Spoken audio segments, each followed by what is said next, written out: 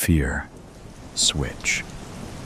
My eyes were wide open now, pupils dilated, and blood freezing in my veins. I felt like my heart was going to jump out of my chest to get away from it all, since I couldn't. It was as if I had encountered Medusa and was turned to stone. I guess, if you think about it, the last feeling you're left with forever, when you realize your entire life will amount to nothing but a petrified, cold figure, is exactly this. Fear. Pure fear. The kind that makes you realize there is no escape, no chance to do anything to help yourself. These kinds of things never crossed my mind, 'cause I avoid situations that make me uncomfortable, anxious, and especially afraid.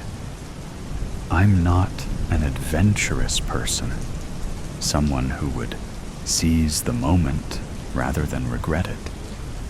But somehow, I ended up here, so scared that I'm unable to move, feeling a terrifying scream caught in my throat, unable to let it out, to even say a word, to ask for help. I knew I should have gotten out of this situation the moment I realized what I had gotten myself into. I shouldn't have come here. It all started this morning when my twin sister, Anne, asked me to go on a boat ride with her. She said she had booked it in advance and had been so excited to go with her fiancé. They paid for and prepared everything, but he got called into work, and she didn't know what to do because they couldn't cancel. She didn't want to go alone. I couldn't say no. I could already see the disappointment on her face, so I agreed to go. I wasn't a big fan of the ocean, but a boat ride didn't seem too bad or demanding. After all, I'd just have to attend and sit through it. My mistake was not paying much attention to her yapping when she told me about it. Her speech was rousing, and I couldn't interrupt and ask her to start over because I wasn't listening. So I ended up on a boat facing my oldest fear. The floating horror in question arrived to pick us up when I realized what I had gotten myself into. I can't believe you're actually doing this with me. I mean, coral reef scuba diving is something anyone would love, but at such a depth. I thought you had some sort of sea phobia, Anne said. My heart started racing, and I sat down for a moment. I tried to breathe and control my distress, denying my thalassophobia, badly remembered by my sister, after she nagged me about our childhood and how she knew I told her something similar. I finally convinced her to stop searching for my deepest fears. Unlike Anne, I never forgot how everyone laughed at me when I confided in them. I couldn't bear being mocked again, especially now when I'd rather drown than do this. I had to get out of this boat, out of this situation. My palms were sweating, and I could hear my pulse in my ears. Boat engine starts. Oh no! Nope! No way. This can't be happening, I thought. worst-case scenarios flooding my mind. I felt like living all of them, from the overthinking that made my body tense and weak in sudden shifts. I think I'm going to be sick. I feel dizzy. I can't do this. I hated feeling this way, trapped between pessimism and irrational fear. Usually, I use overthinking to my advantage, avoiding anything that would inconvenience me, not to help me escape a real threat or possible deadly situation after filtering it through my thinking. What am I doing? What will I do? I am losing precious time in which I could have found an excuse to turn this boat around. My mind can't work under this pressure, and my body sure isn't very helpful. What's wrong? You seem kind of pale. I hope you're still up for this. I'm so excited to do this with you. Anne? I couldn't let her down.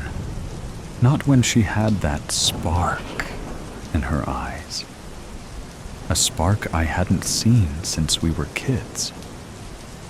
She looked like a 5-year-old on Christmas morning.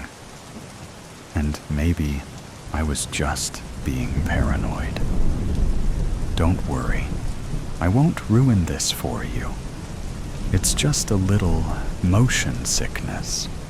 I treacherously lied to my sister, with whom I had shared everything my whole life. I couldn't tell her the truth out of fear she'll laugh at me, and I would no longer feel just afraid, but also ashamed and upset. Well then, stop overthinking.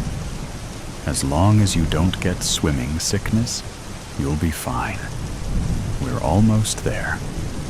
Anne smiled warmly, in her specific way that usually melted my worries. But now, it only calmed me enough to avoid turning into a lunatic. We started putting on our equipment as we moved farther and farther into the deep ocean. 1,000 meters? 2,000 meters? It's been a while since we were able to see any land. I didn't want to think about the depth we were at, so I kept telling myself it wasn't that deep. Our ride wasn't longer than an hour, but the motorboat moved fast. Stop it. I won't think about this anymore. Meanwhile, my sister explained the use of everything in our gear and the emergency action plan that we shouldn't get in much detail with because it's just a precaution, as she learned in her training. I would describe it to you, but my mind got blank, and I can't remember a word she said. Sometimes I'm having a hard time paying attention when something else is bothering me, so my thoughts spiraled elsewhere. It was time to enter the water in order to be done and on our way by sunset. Anne dove in head first, waiting for me. I entered slowly from the edge. I think by this time it was clear I wasn't thrilled to do this, so she waited to make sure I'd actually follow her. I wasn't afraid of water or swimming, and the ocean was calm today. If the waves had matched my anxiety, I wouldn't have come this far. I closed my eyes and submerged myself. The world around me and all my worries vanished briefly. I felt weightless and my mind cleared. but the quiet was deafening, and it would soon turn eerie. Once I got used to the feeling, I opened my eyes, and my stomach tightened. I felt so small and exposed. All I could see was water, shades of blue forming a bottomless void, darker and darker when you dared to venture below. My sister was having a blast. Her eyes were wide and curious, and her smile kept widening. She pulled my hand to go deeper. I didn't like that idea, but losing myself in this place, with no landmarks to help me navigate for sure, wasn't better. We swam, and I focused on inhaling and exhaling slowly to calm myself, counting every breath rather than the minutes I still had to endure this. 56, 57, 58. I kept swimming slowly to avoid getting tired. What if I reached exhaustion here and didn't have the strength to return to the surface? Cynical me gets all kinds of ideas, but they aren't important now, since I have bigger things to worry about. I hoped my sister would get bored faster, so we could get out of here. It wasn't long until I saw it. At first, I thought we'd been down here for hours, and the sky had darkened with nightfall. But I knew I was wrong, because a few moments later, the lighting changed again. I could see the warm daylight filtering through the surface, like it does through tree branches. 120, 121, 122. Anne noticed it too, and looked up. But the surroundings above us didn't seem to have changed. The second time it happened, it was more sudden and got even darker than before. But like the first time, it faded before our eyes could adjust. I started to worry because I realized faster than Anne what was happening. My body was overcome with fatigue, and I was distressed. You could see the unsettling look on my face as I glanced at my sister, too afraid to check the surroundings. Unlike me, Anne let her reflexes kick in and looked up and down to figure things out. She wasn't agitated or scared. She just lost the charming smile she'd had moments ago and now looked serious. I wanted to curl up and hide. My heart pounded in my chest, so I started to slowly close my eyes, trying to disappear for a second. Just then, my sister grabbed my hand. She managed to pull me just a bit closer, and when I opened my eyes, I saw it. 134, 135, 136, 137.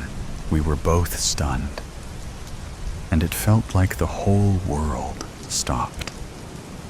I tried to keep breathing, but it felt as though this place and I were frozen in time.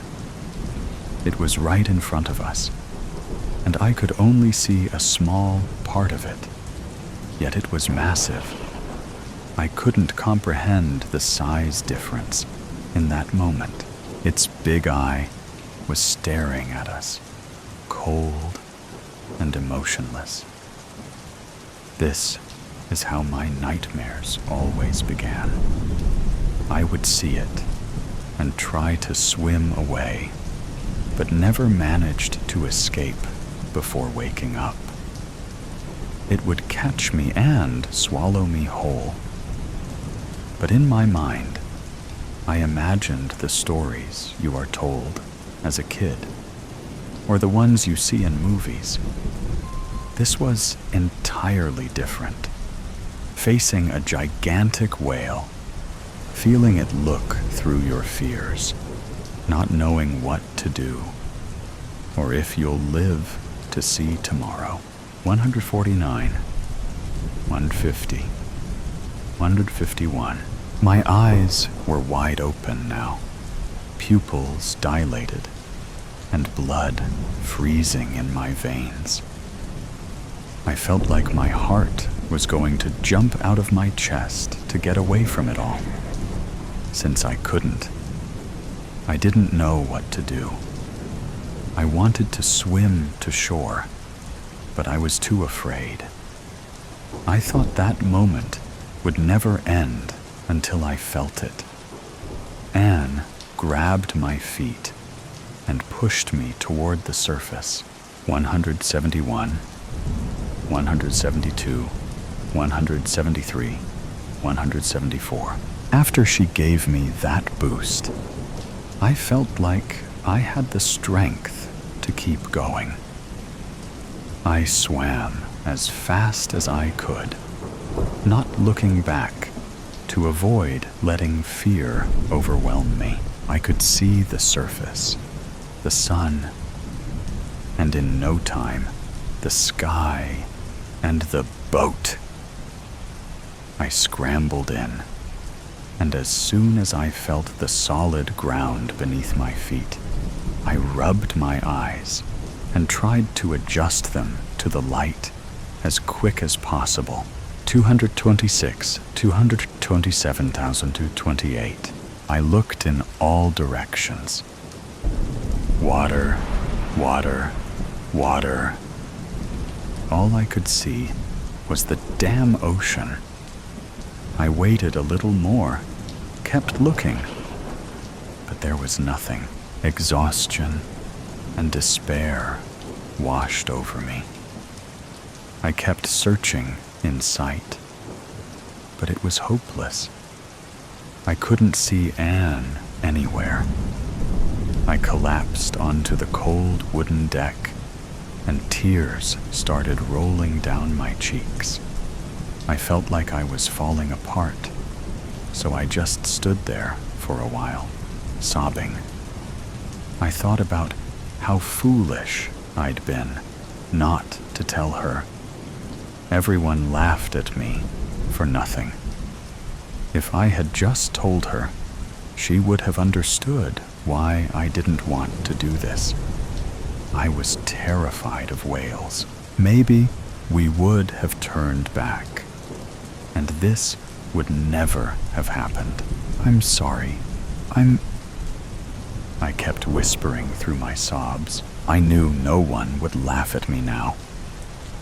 I wished I had conquered my fear earlier, so I could have been the one to give her one more breath to take. The end. The mysterious painting. After pushing back from its gate, the Swiss Air midday flight to New York moved slowly through a light snow flurry to its designated runway. The first-class cabin was less than half full. The passenger in 1A was pleased there was no one opposite. A smiling cabin crew offered him a glass of champagne.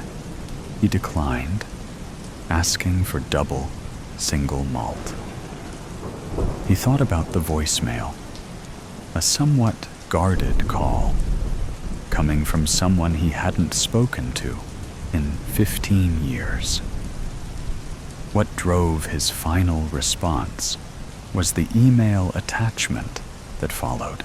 He'd tried retuning the call, but it went to voicemail. He sensed something was wrong. He'd barely had time to return to his apartment from where he'd been staying, find his passport, pack a new bag, and take his car service to the airport. Something was telling him Missing the flight was not an option. Philippe Abano was an internationally recognized art specialist, having spent 35 years researching the French Impressionists, a group of artists whose collective works, long after their passing, at auction would shake the art world to its foundations. As with many famous artists, there were finished canvases, although documented, which had never been located. The Nazi art plunder, which began in Germany in 1933, contributed to the loss of artworks across Europe. The French Impressionists were not exempt from this pillage. 48 hours previous, Marie Le Pen was an art restorer. She worked almost exclusively for the Metropolitan Museum of Art, specializing in the restoration of damaged watercolors. On occasion, she did private restoration. With the museum's knowledge, she'd taken a call from a person representing a Mr. Retzlaff, saying she'd been recommended by her superior at the museum as someone to inspect a damaged watercolor he possessed. Marie, who loved her work, agreed to view the painting. She agreed a time the following day. Mr. Retzlaff would send a car. Very swish, she thought. After offloading her bags from the limousine sent for her, she looked around. The street was amazing. Narrow with private residences, no commercial properties. The houses all appeared to be of similar build, 5 or 6 floors above ground, with basements or walk-downs. Every property was maintained like new. Flowers and trees adorned the street. There was no garbage and no graffiti. The residence they stopped in front of was impressive, with red brick and huge floor-to-ceiling windows, edged with carved stone. At roof level, gargoyles peered down, surveying the scene. This was a part of New York most people would never see. Amazing. She followed the driver up the marble steps. He pulled on the brass handle and returned to the car. A man wearing a bow tie and black trousers answered. "Yes, madam?" he inquired. "I'm Marie Le Pen. I believe you're expecting me?" She smiled. "We are indeed, madam," the stern-faced man replied. The entrance hall was huge.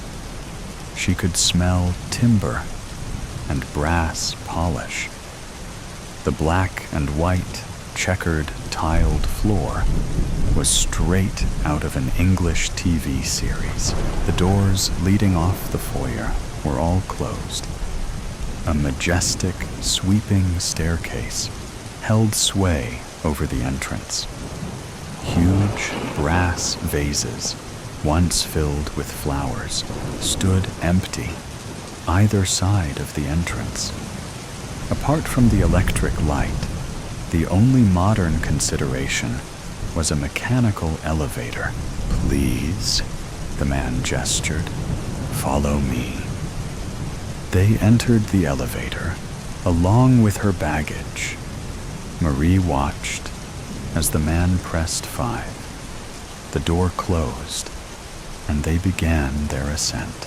On the 5th floor was another vestibule. This one had more polished timber and huge windows onto the street below. "This way." He gestured, then walked along a long corridor before he opened a large double door into what looked like a series of smaller spaces. If Marie hadn't had complete faith in her boss, she'd have been scared. At one side of the room, A man sat, straight-backed, with silver-gray hair. She guessed at least late 80s, wearing a green corduroy smoking jacket. He stood. She could smell cigar smoke. "Thank you for coming. I'm Peter Retzlaff. Fact is, Miss Le Pen, I need an expert opinion as to a certain painting that is in my possession. Should I, or should I not, restore it? Your superior at the Met spoke most highly of you." Marie saw several large art tables, specialist seats, and an array of instruments, all designed specifically for art restoration. She was gobsmacked. There had to be $1 million in equipment and instruments, brand new, some still in their original packaging, just sitting there. The old man waved his hand, and the valet unlocked a large steel cabinet with racks of what looked to Maria like canvases, painted canvases, in various stages of decomposition. Strange, she thought. He slid one of the racks out and removed a painting, a watercolor that Maria recognized. After putting on her smock and gloves, examined the item more closely. Behind her, a phone rang. The valet took a cell phone from his pocket and listened, then said something softly to the old man. They steeped away to the side of the room, out of earshot. Maria continued looking at the canvas, heavily water-damaged with a once grand frame that also appeared flawed. She was about to make some preliminary notes into her phone. As she moved around the table, a splash of red caught her eye. The steel cabinet, which held the damaged painting, was open on one side. What she saw made her heart stand still. It was a large canvas of what appeared to be small wooden bridge over water in a garden. Although no expert, she'd seen enough examples of French impressionistic work to know this could be one. Marie quickly turned her phone to camera, taking 2 quick shots, only to be interrupted by raised voices. The old man was saying something to the valet in what sounded like German, who dashed past her, securing the door to the cabinet, ending her view. She said nothing, returning to the recorder in her phone, her head down, trying to appear as though she was concentrating. The old man looked suspiciously at her, said nothing. She could feel his eyes. "My God, what have you just seen?" she asked herself. Maria spent the next 2 hours making notes and photographing the damage. She agreed to return the following day with her recommendations and estimates, should she consider it restorable. Retzlaff agreed, giving her a copy of a providence document relating to the painting, which she would need to study. He told her he would send a car for her at an agreed time. She shook his hand and returned to the waiting limousine. The previous 2 hours did not sit well with her. Quite why, she couldn't say. The images of the red canvas wouldn't leave her. The storm had hit with a vengeance. Sudden spring rain washing the roadways, reminding New Yorkers summer was not far away. The crowded eateries on the streets of the East Village were suddenly deserted, sending outside diners scrambling for shelter inside.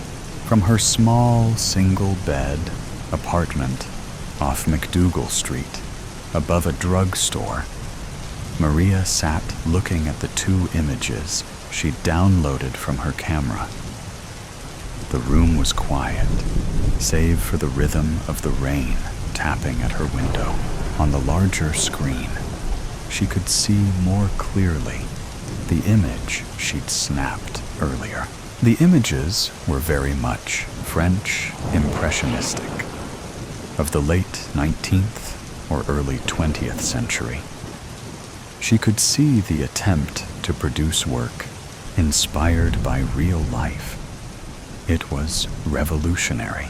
French impressionist artists rejected classical subject matter in favor of modernity, seeking to produce works that represented their current circumstances and environments. The more she looked, the more she was convinced.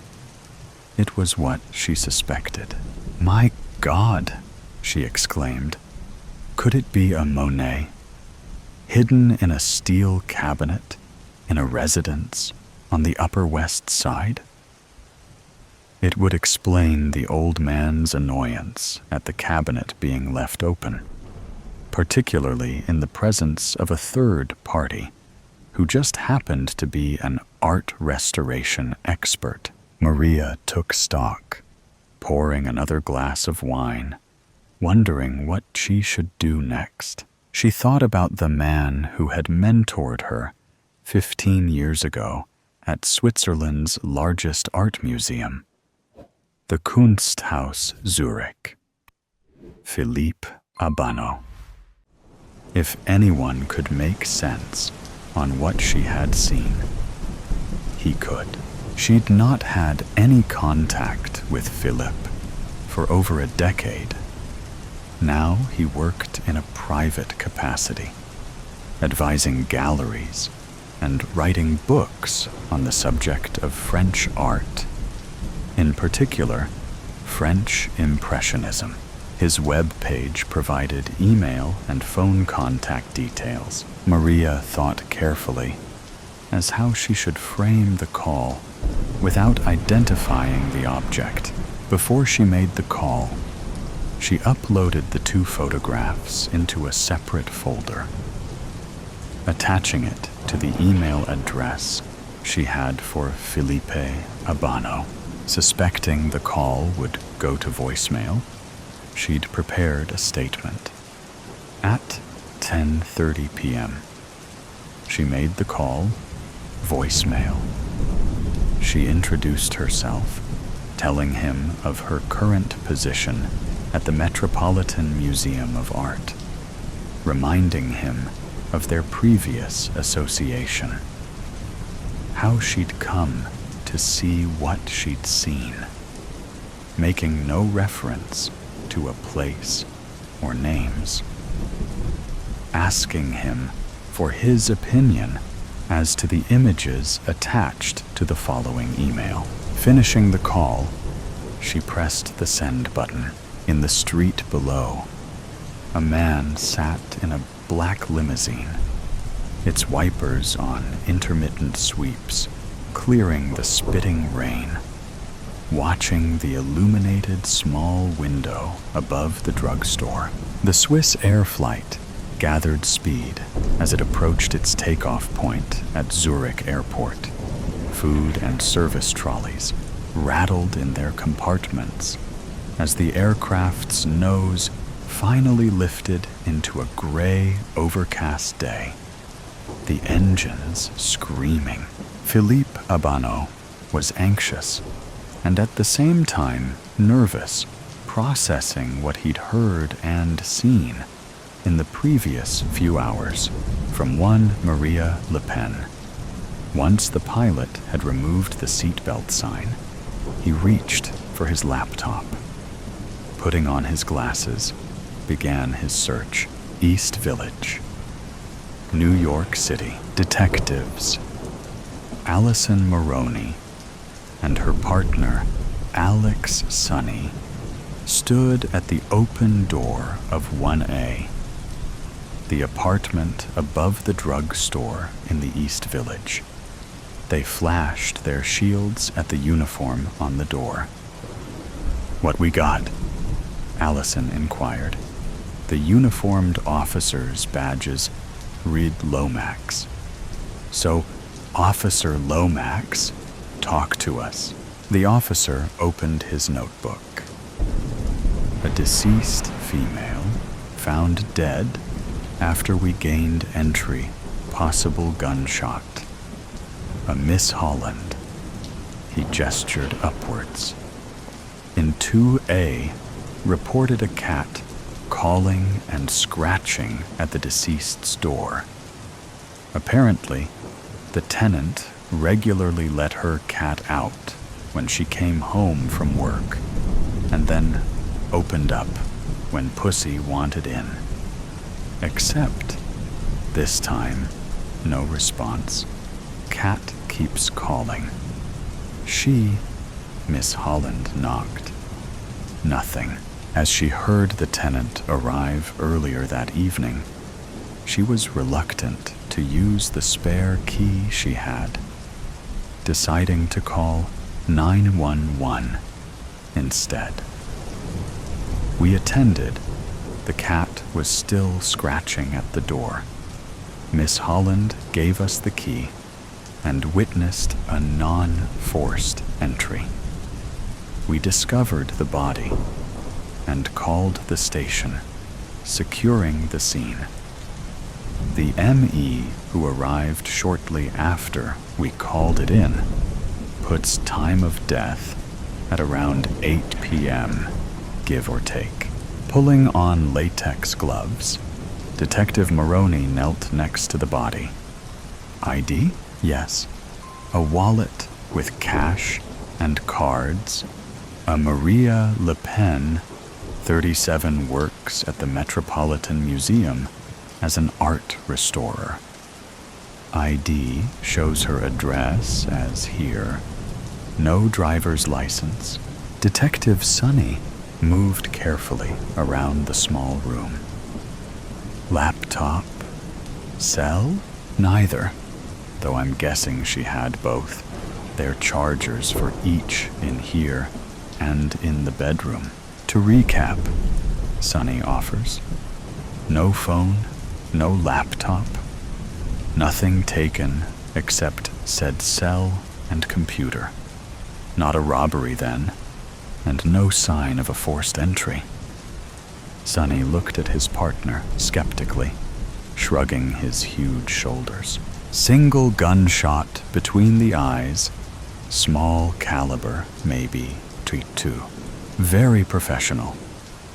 This look like a hit to me, Maroney offered. What do you think? After 3 hours of intense in-flight investigation, Philippe Abanot concluded it was a work by Claude Monet, albeit a later work.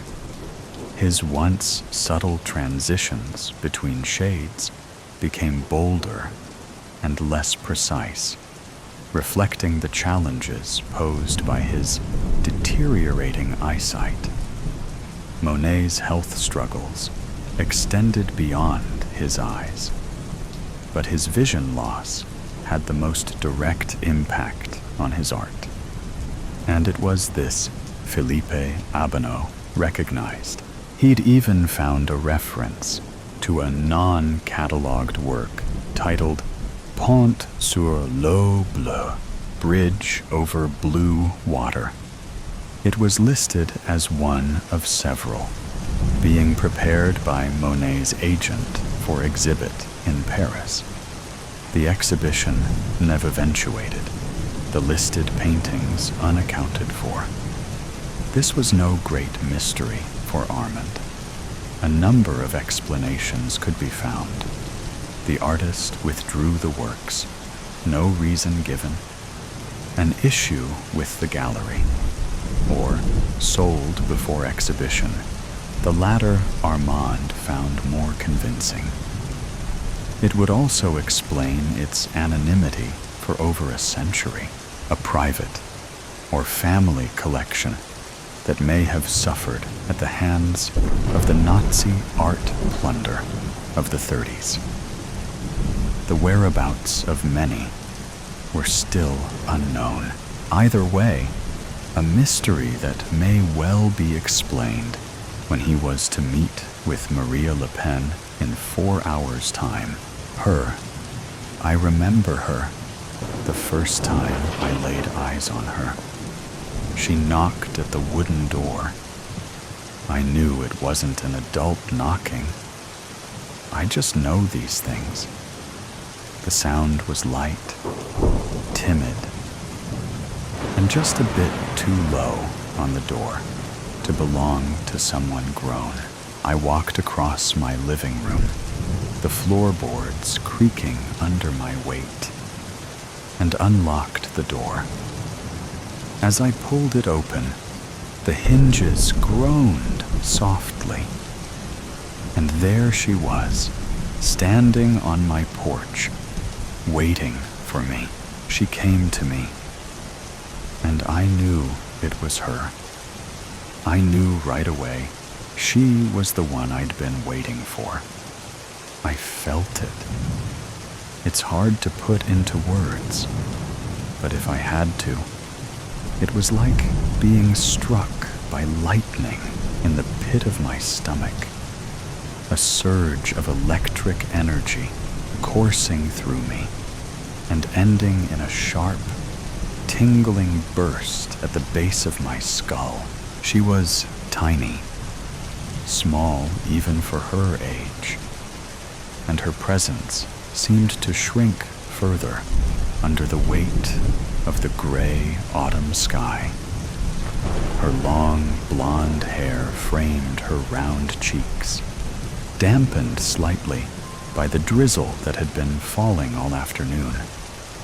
Her light blue eyes, startling in their clarity, reflected the dull brown of my front door, as if they were trying to absorb everything around her. She smiled then, just a flicker of a smile, timid, shy. It might have been imperceptible to someone else, but I saw it. I knew it was there. "Hi," she said, her voice barely louder than the wind rustling through the bare trees. I crouched to her level, studying her face as if I might find answers etched in the softness of her features. "Hello," I replied, the word catching in my throat. Her small hands clutched a green box close to her chest, a makeshift tray hanging from her neck with an assortment of colorful packages. "I'm from Troop 195 of the Girl Scouts," she said, her voice steadier now, though still carrying a gentle, unpracticed rhythm. "I'm selling cookies to finance our trip to Washington next year. Would you like to help?" I blinked, her words pulling me from the strange fog that had overtaken me since I first saw her. "I'd love to help," I said, forcing a smile. "What exactly are you selling?" She brightened, her confidence growing with every word. "I have caramel chocolate chip, Do-si-dos, lemon-ups, and thin mints." I nodded slowly, leaning one arm on the door frame. "Those all sound delicious." And they did, each one of them. I wasn't lying. I'm not a liar. I've always tried to tell the truth, to open up to anyone who showed even the slightest interest in, well, in me. It's rare enough that someone does. "Which ones would you suggest?" I asked, genuinely curious. "The Do-si-dos are the most popular. she replied, a practiced response, one she'd probably used at every house she'd visited. I tilted my head. Are those your favorite? Her expression softened, her small fingers playing with the corner of a box in her tray. No, I like the Girl Scouts s'mores. But she hesitated, her eyes meeting mine. We're all out of those. She seemed genuinely saddened by that, and I could see it in her eyes. That's something I've always been able to do. Read people, see the emotions they hide behind words and smiles. It's a sensitivity I've had since I was a boy, and it hasn't faded with time. How about this?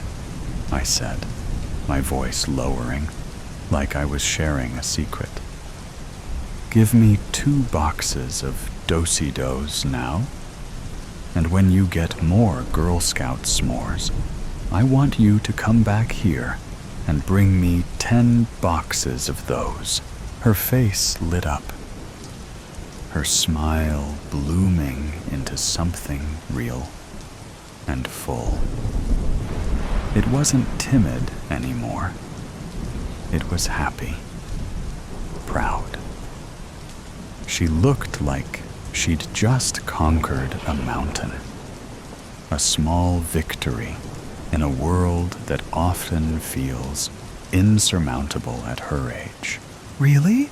She asked, her voice rising with excitement. Really? I said, reaching into my pocket and pulling out the cash.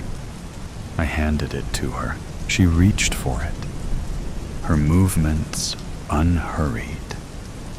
And as she did, I let 3 of my fingers graze the back of her small hand. It was a fleeting touch, imperceptible to her, or at least I thought it was. But I noticed how her skin quivered ever so slightly under my fingertips, like the faintest ripple in still water. She quickly pulled the money back, her attention shifting as she counted it with practiced efficiency. Then, tucking the bills into the small pouch at her side, she handed me the 2 boxes with both hands. She held them out as though they were treasures, precious and fragile, the way a child often treats even the simplest things. Thank you so much, she said, her voice louder now, the earlier shyness melting away. I'm happy to help, I replied, meaning it. She turned to leave, clutching her tray of cookies like a prize. At the edge of the porch, she paused and looked back at me, her eyes wide and sparkling with gratitude. I promise I'll come back when we get more s'mores. I'll be waiting, I said, watching as she skipped down the driveway, her small frame disappearing into the gray drizzle. I stood there for a moment, holding the boxes of cookies in my hands, feeling a strange warmth that wasn't entirely explainable. It wasn't about the cookies or the sale. It was about the way her smile had lit up the gray, how her small victory had momentarily lifted inside me. I closed the door and set the boxes on the counter. For a long time, I just stared at them, my mind replaying the exchange. Something about it had settled deeply in me, a seed waiting to grow, but her room wasn't ready. I needed to get it ready for her, to make it perfect, comfortable, a place where she could grow strong and healthy and happy. She deserved that, so I worked at it tirelessly, transforming the cold, gray basement into a beautiful sanctuary. The walls, once lifeless and bare, were painted a soft, light pink, the kind of color that whispered warmth and innocence. A bed with a quilted blanket sat in the corner, flanked by a small table with a lamp shaped like a butterfly. I built a shelf, filling it with hundreds of children's books, toys, and dolls. Every detail mattered. A camera sat discreetly in the top corner of the room, its lens fixed on the space where she would sleep and play. It wasn't about control. It was about safety. I added a lock to the heavy wooden door, one that could only be opened from the outside. It wasn't to trap her, no. It was to keep the world out, to ensure nothing could hurt her. The best part, though, was the shopping. I spent hours picking out clothes for her, envisioning her wearing them, imagining how she'd look. I chose soft fabrics in bright, cheerful colors, clothes she could wear now, and some she'd grow into over time. Each piece felt like a step closer to her, to making her mine. And then I waited. I waited for her to come back. Days turned into weeks, and still I waited. The 2 binders of cookies sat on the counter, untouched. I couldn't bring myself to open them.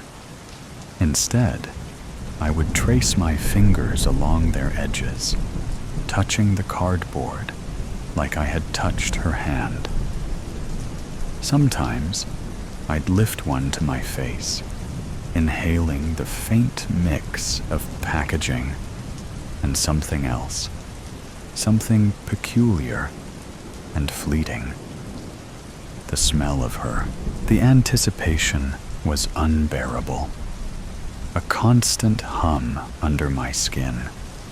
Each creak of the floorboards, each knock at the door, sent my heart racing, hoping it would be her. But she didn't come back, not yet. I knew she would, though. She had to. I'd made everything perfect. And then, one day, her knock came. It wasn't just any knock. It was her knock. I knew it instantly, even before my body moved to rise from the couch. I felt it in my chest, in my veins. A spark of anticipation coursing through me. The moment I'd been waiting for, the moment I'd been preparing for, was here. The chance to see her again, to look into her bright eyes, to show her what I had built for her, because of her. Because she was the one. It was her. I crossed the room in a few quick strides, unlocked the door, and pulled it open. There she stood, with that smile.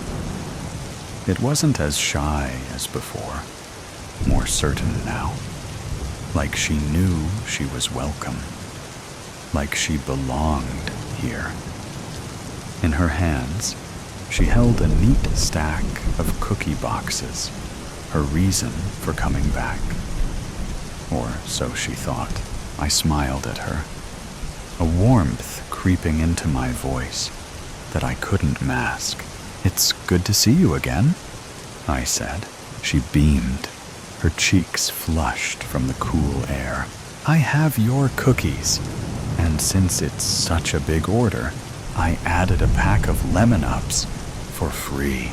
"Well, now that's very kind of you," I replied, my tone light and friendly. I slipped my hands into my pockets, pretending to search for the cash. My fingers met empty fabric, as I knew they would. I hadn't carried any money in weeks. The truth was, I didn't want to hand her the money here on the porch. Not this time. I needed her to come inside. I looked up at her, feigning a small chuckle. "Looks like I forgot my wallet. It's inside, in the kitchen," I said, gesturing behind me. It wasn't a lie. I don't lie. I never lie. My wallet was in the kitchen, sitting right on the counter, next to the untouched cookie boxes from her first visit. The ones I had been saving for this moment. Her smile didn't falter. She nodded, clutching the boxes tighter. "Oh, that's okay," she said, ever the accommodating Girl Scout. "Why don't you come in?" I asked, stepping aside and motioning to the warmth of the house behind me. "It's cold out there, and you've been walking all afternoon, haven't you?" She hesitated for a moment, her gaze flicking to the open door, the inviting glow of the living room beyond. Then she smiled again, this time with a hint of excitement, like this was just another part of her adventure. "Okay," she said, stepping inside. I closed the door behind her, the sound of the latch clicking into place, sending a thrill through me. It wasn't loud, but to me, it echoed. I turned to her, my smile steady, my heart pounding. "Make yourself at home," I said, my voice calm and even. "Let me grab that money for you." She nodded, her eyes wandering around the room, her curiosity as innocent as ever. She was perfect. Perfect. And she was finally here. Oh, do I remember her. The way her muffled cries felt against my left hand as I pressed it over her mouth, lifting her from the ground with my right arm. She bit down hard and kicked wildly, her small shoes landing against my legs, but I barely felt it. I told myself it was normal. She didn't understand. Not yet. She couldn't comprehend what I had done for her, what I had built, the sacrifices I had made. Not yet. Her body thrashed against mine as I carried her, her weight so light it felt like she might vanish. But she wouldn't. Not now. Not ever. I took her down the stairs, each step an echo in the stillness of the house, and through the door. Not a room, not just any room. Her room. This was the place I had prepared for her. The place where she would grow, where she would finally be safe, where I could ensure nothing and no one could hurt her. I would see to that. Only me. I would witness every moment, every milestone. She would know, in time, how much I cared, how much I loved her. I threw her onto the bed, her small frame bouncing once before she scrambled back, pressing herself against the pink walls I had painted just for her. She screamed, her voice raw and high, tears streaming down her red face. "Please, let me go. Please," she begged, her words garbled through sobs, her tiny hands clawing at the quilted blanket I had chosen with such care. But I knew it would pass. It always passed. The crying, the yelling, the fear, it would all melt away after a few weeks. It always did. She just needed time to see. Time to realize that this wasn't what she thought it was. This was better. "It's okay," I said, my voice steady, calm, trying to cut through her cries. "You'll understand soon. I promise." Her tears only fell faster, and her words dissolved into incoherent sobbing. I watched her for a moment, my heart pounding in my chest, but not from regret or hesitation. It was from the sheer anticipation of what was to come. This was just the beginning, and like I said, I don't lie. I never lie. But they didn't understand that. They didn't understand anything. They took her away from me just 3 days after she got here. 3 days. That's all the time we had. They stormed in like animals, breaking through the front and back doors, screaming, their boots pounding on the floors. I had walked in peace for years. And the guns. Oh, the guns. Pointed at me. At me. Me, who had kept her safe. Me, who had given her a sanctuary. A place where she could be loved, cared for, where she could grow without fear. They didn't see the love in my eyes, the care in my hands, the way I had worked so hard to make her life perfect. They only saw their own distorted version of the story, their judgment cutting through my truth. They didn't understand. Oh, I remember her. I've remembered her every single day for the past 24 years, 364 days, and 6 hours. I know because I've counted. I've counted every second, every breath, every heartbeat that has passed since the moment they tore her from me. But now, just a few more days, just a little more time, and we will be reunited. Finally, I've waited for this. I've prepared for it because, like I said, I don't lie. I never lie. A bitter choice. The first thing he could recognize was an old, musty, wet scent.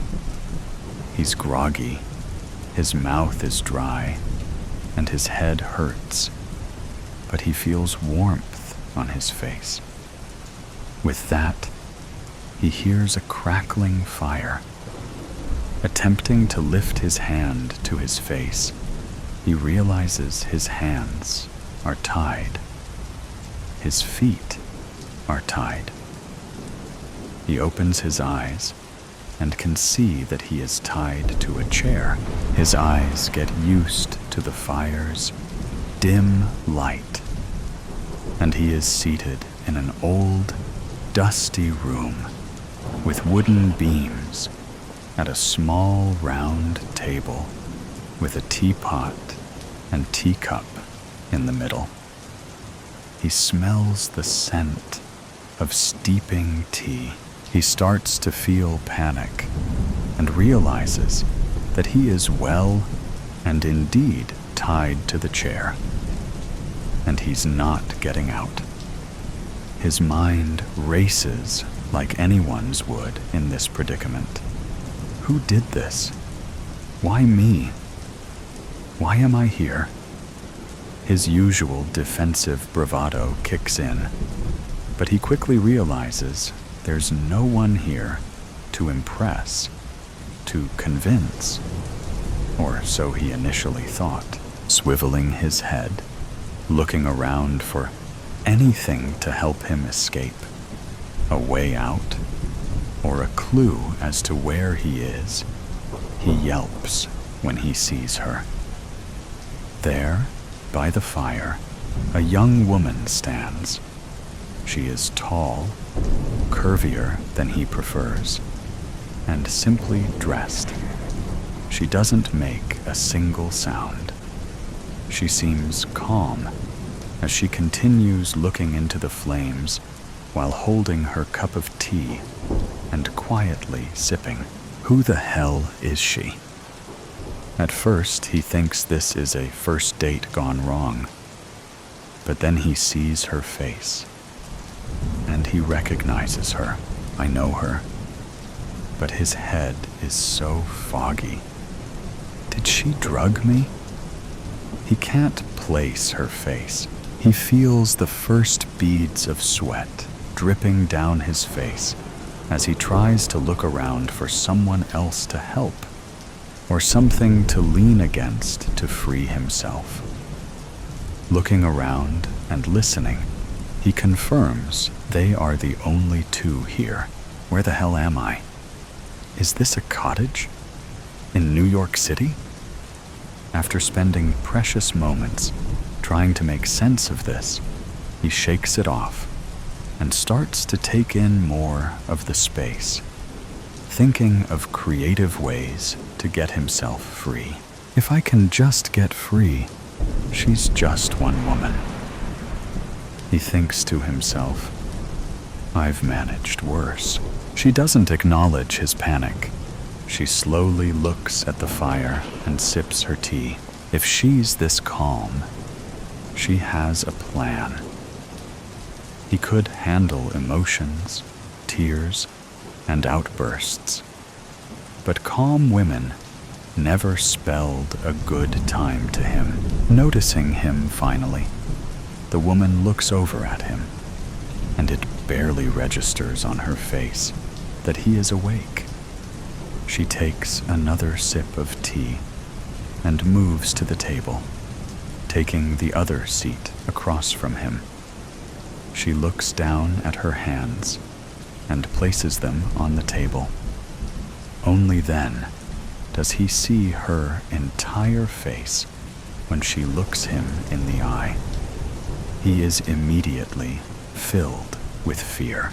Fuck, he says, and stills in, struggling with his restraints. She smiles lightly at his remark. I knew you to be more eloquent than that, waving it off. But again, I did catch you off guard. Catching himself, he prepares to put on a show. Ellie, what's going on? What happened? How are we here? How are you here? I thought you had left the country. I've been so worried about you. I tried to write a call or text, but I didn't have your information. You have no idea how worried I've been after everything you've gone through, what we've gone through. She said nothing and continued staring at him with the calm, blank stare she'd had when she first sat down. Look, honey, what happened was horrible. So many terrible losses and accidents. When your brother... He paused when he heard her quick inhale. Her head whipped to the side like she had been slapped. And when she looked back at him, he saw fury in her eyes. If this is about the money, I can pay you. But you have no right to do this. To what? Kidnap me? Drug me? What else are you going to do? You don't have the guts to do any real damage. What do you think is going to happen? Let's talk this out, like calm adults. You're making a mountain from a molehill. Nothing that happened was my fault. He was about to dig into his routine defense that he'd done during police questioning and lawyers listening. But she held up a hand. Martin, it's not about money. It never was for our family. Though I know that's all you understand. So this may be a tough concept. It's about the truth. She stands slowly, gracefully grabbing the teacup and placing it before him, pausing to take a look at him. The first proper look she's taken of him in 5 years since everything happened. You'd think with all that money, you'd have taken better care of yourself. She moves the tea kettle closer to the cup and settles back in her chair. I was surprised how big you've gotten. I'm grateful I got the extra rope. Otherwise, you wouldn't be so snug and cozy on that chair, she said, sitting back and putting her hands in her lap. Martin looks at the teacup. It's empty. Then he looks at the tea kettle. He can see steam rising from the spout and smell tea. He looks back at her and sees that she has a calm, serene smile. What the fuck do you want, Ellie? He says, defeated, realizing he will have to play whatever game she has set up and outsmart her, like he does with everyone. I've made you a soothing tea, but I want to tell you a story first, she says. And he sees a brief shadow of darkness across her face. Was it a shadow? Or is it her anger? Either way, it can't be good. She takes a deep breath and begins her tale. There was a family, a happy and loving family. They weren't perfect. No one was. But they were happy. A mother, a father, a daughter, and a younger brother. They had been building a nice estate as a family since her brother was back from college, and their daughter was running their company business. Combined, their wealth was not something to write to the Times about, but it afforded them a lifestyle and attention. They were comfortable, happy, giving much back to their community, and always the first people to help those in need. Reaching back for her own tea, she sipped. Then a man introduced himself. The man saw that their kindness and eagerness to help were things to be preyed upon and taken advantage of. That's where you come in, Martin, she said, leaning her elbows on the table and putting her head in her hands. He could tell she was comfortable, so he listened, waiting for his time to strike. This charming, crass, but witty man came to this family with an opportunity to do so much good. You did your homework there, didn't you, Marty? knowing my father had been dying to help those less fortunate in other parts of the world, but didn't have the gift or health to travel like he'd like. So you offered your assistance. She continued, "Look, your father was an adult and made a decision he shouldn't have. It's not my fault he was as gullible as he was fragile in health." Martin interjected, but it didn't move or ruffle her as he hoped. Again, he could deal with outbursts and emotions, but that calm quiet unnerved him. "My father trusted you. He gave you a sum of money the first time. I don't want to know how you substantiated the positive works the money did for those families," she said, leaning back and drumming her fingers on the table. "AI has come a long way these days. It's not my fault he couldn't see the flaws." He tried to add that charm, but failed because he kept looking back at the tea.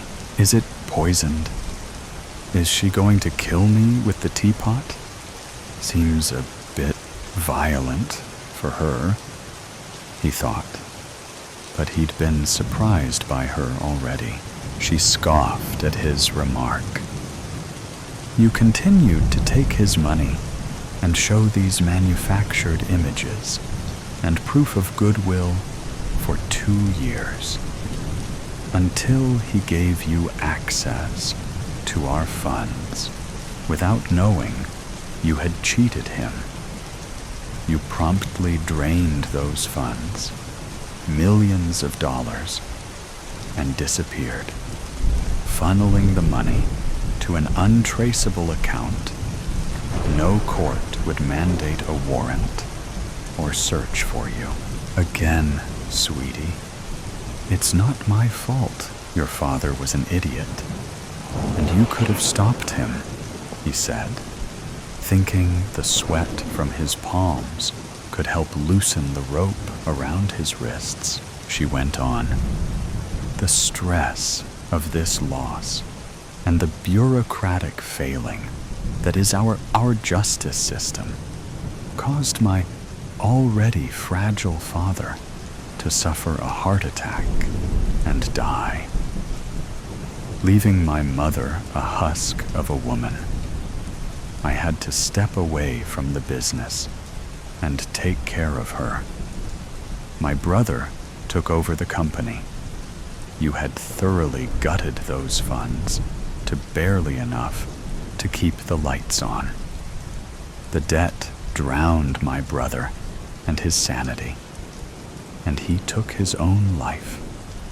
The loss of both men caused my mother to stop living.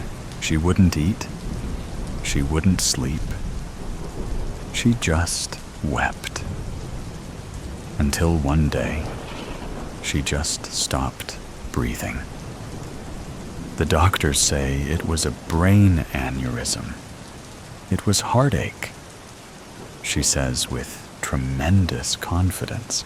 She gets up and goes to the fire. He sees her shaking. Is it from the cold or from anger? He continues his slow struggle to free his hand from the ropes, but knows it won't do any good. He just has to wait and see how this plays out. "Look, Ellie, I'm sorry this all happened to you. I really did send some money to those charities. He had to," he thought. Otherwise, he wouldn't have been able to get their government-valid invoice for his tax write-offs, which he forged. And everything that happened to your family, you can't blame those freak incidents on me. It just doesn't make sense. And you've always been a sensible woman. Let's just talk like adults, and we can find the reason behind all this." He began preparing more excuses, but he saw that she didn't even react. She took a slow breath while staring into the fire. "You ruined us for nothing but greed." He didn't know what to say, so she turned and stared at him. "For greed," she whispered.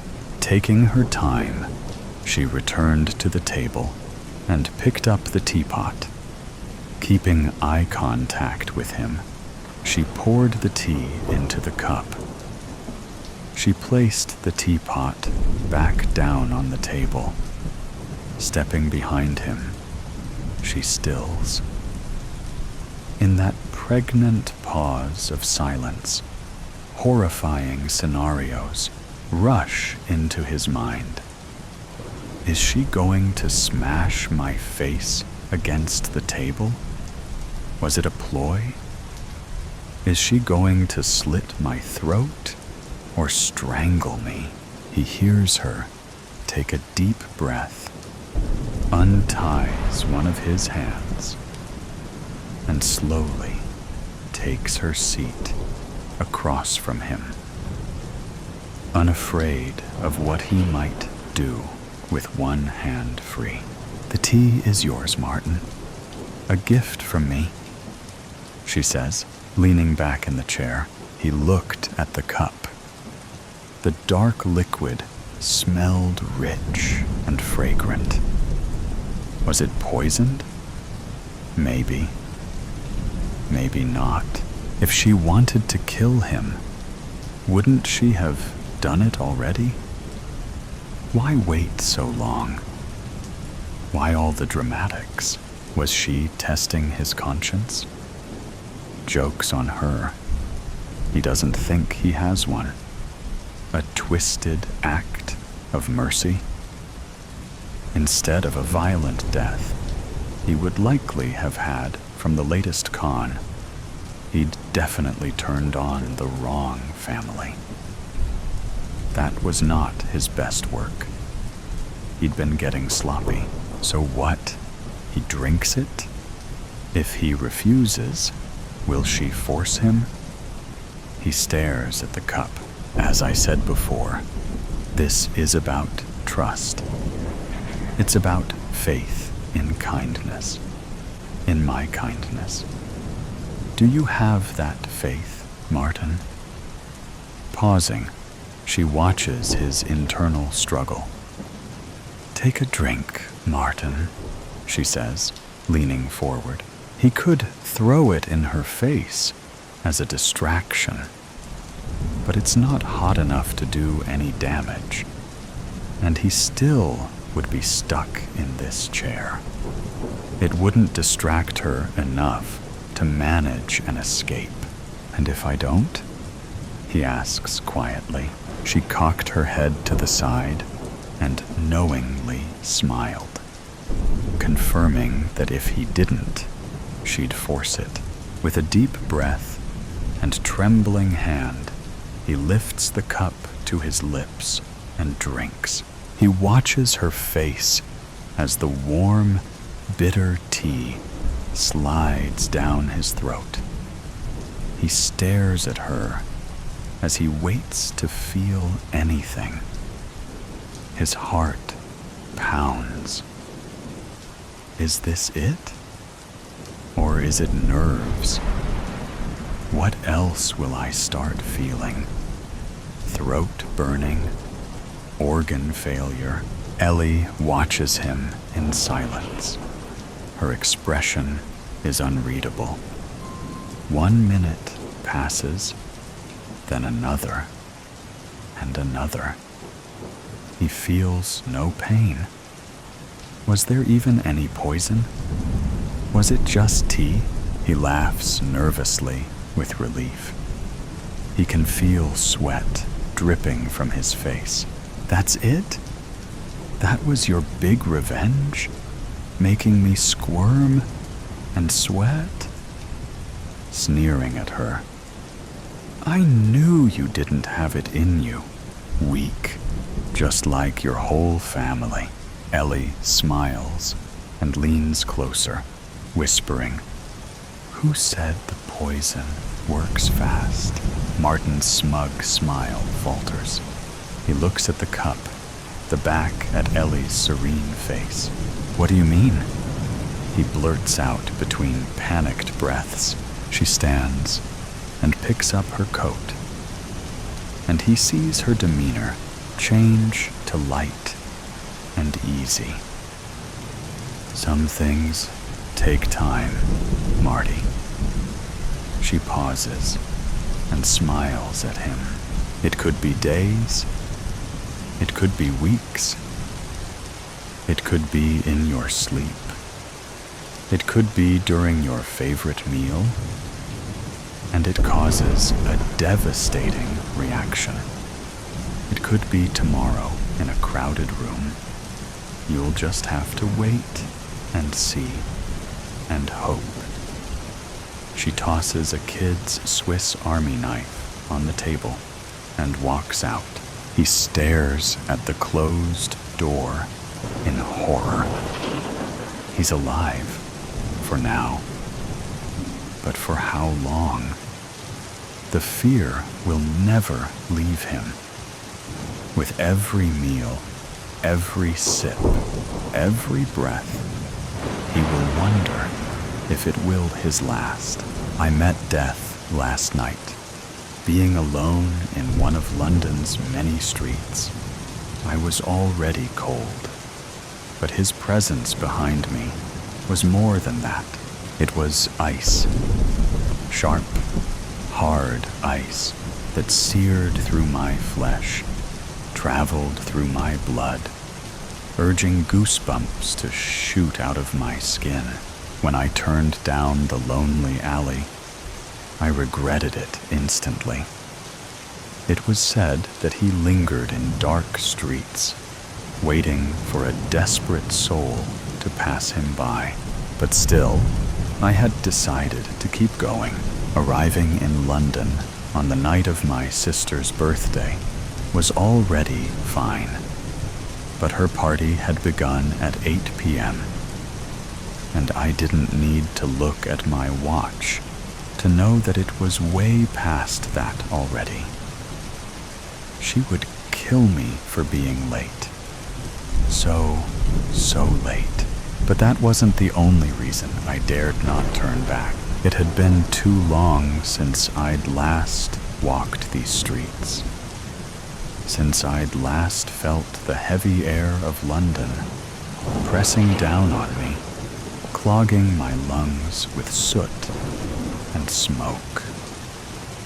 Life on the road had made me lighter, more restless. But coming back here was like stepping into a grave. The city had a way of sinking its teeth into you, of making you forget where you'd been and why you'd left. Fearing death was childish. My parents had told me as such when I refused to go on one of the rides at the festival extravaganza during our trip to America. But this was different.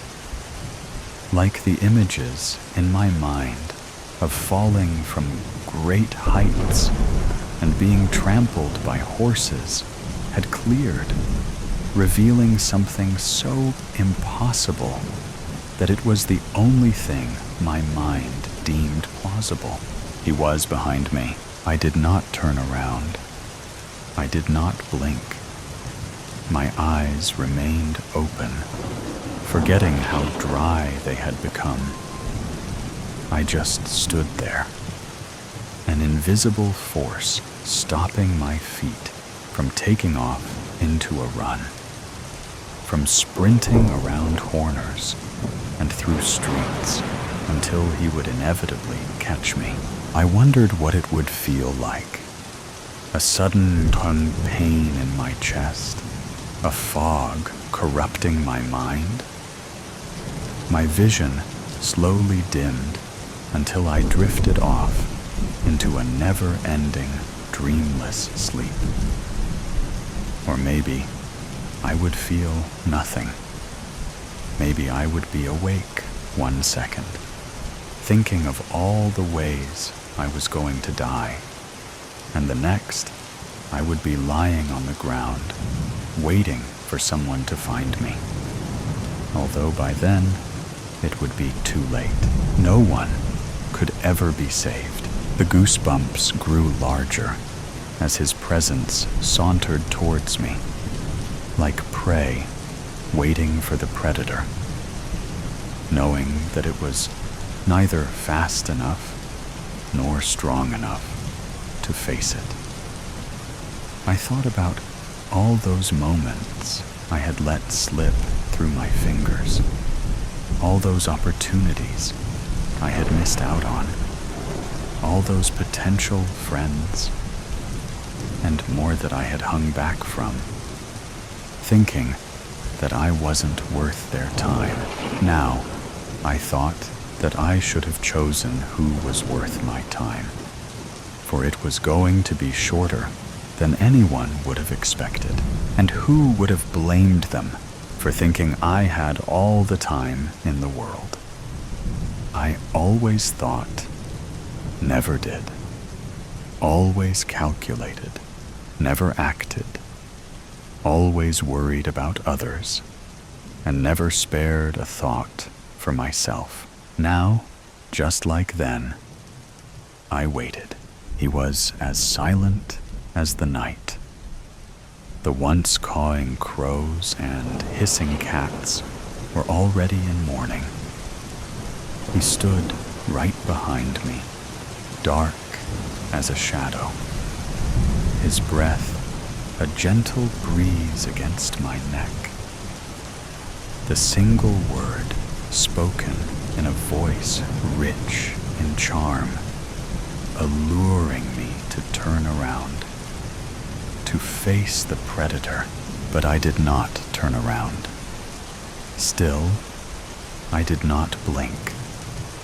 The feeling in my fingers came back, and I was met with the warmth of coming out of an ice bath into the blazing sun. My feet began to move, the invisible force gone like it was never there.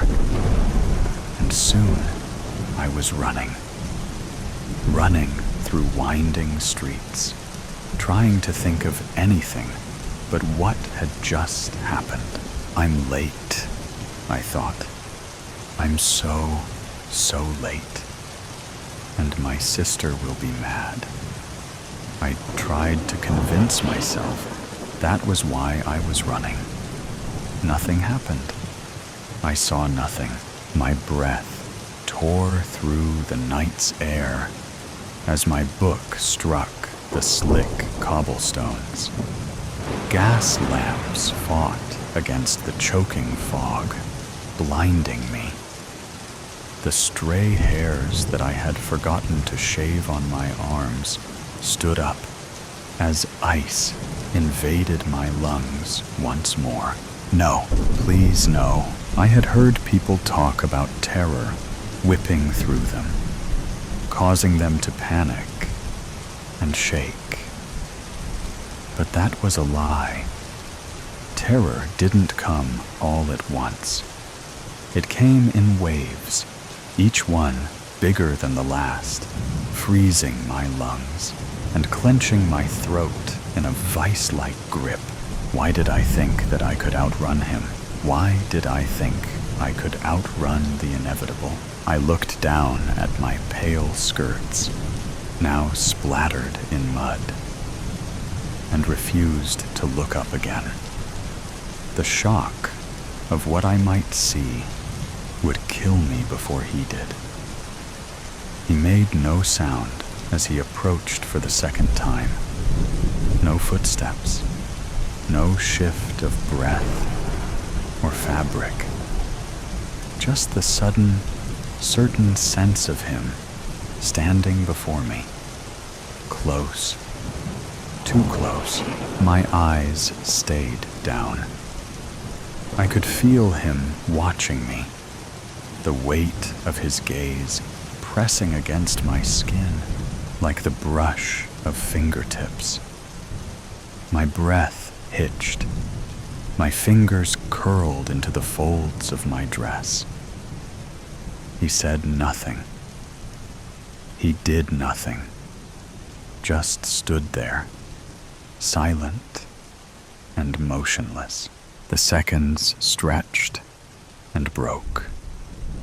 My pulse thudded in my throat, like the fear in my stomach, mixing with something warmer, darker beneath my ribs. I imagined what his eyes must have been like. Dark, unblinking, tracing the line of my collarbone and the curve of my mouth. Then, just as quietly as he had come, he left for the second time in a single hour. Slowly, cautiously, I dared to lift my head. The street was empty again, mist curling through the dim light. I waited for what might have been seconds or minutes. I didn't know. But I managed to walk again. But I didn't run. I no longer cared that I was late. Finally, I reached it. A tall iron gate, its surface slick with rain that I hadn't realized was falling. A footman in a crisp coat stood at attention beneath a gaslight's feeble glow, his face blank under the brim of his hat. His eyes sharpened when he saw me. Without a word, he pushed the gate open, allowing me to slip through. The moment the gate clicked shut behind me, the street's grim chill seemed to dissolve.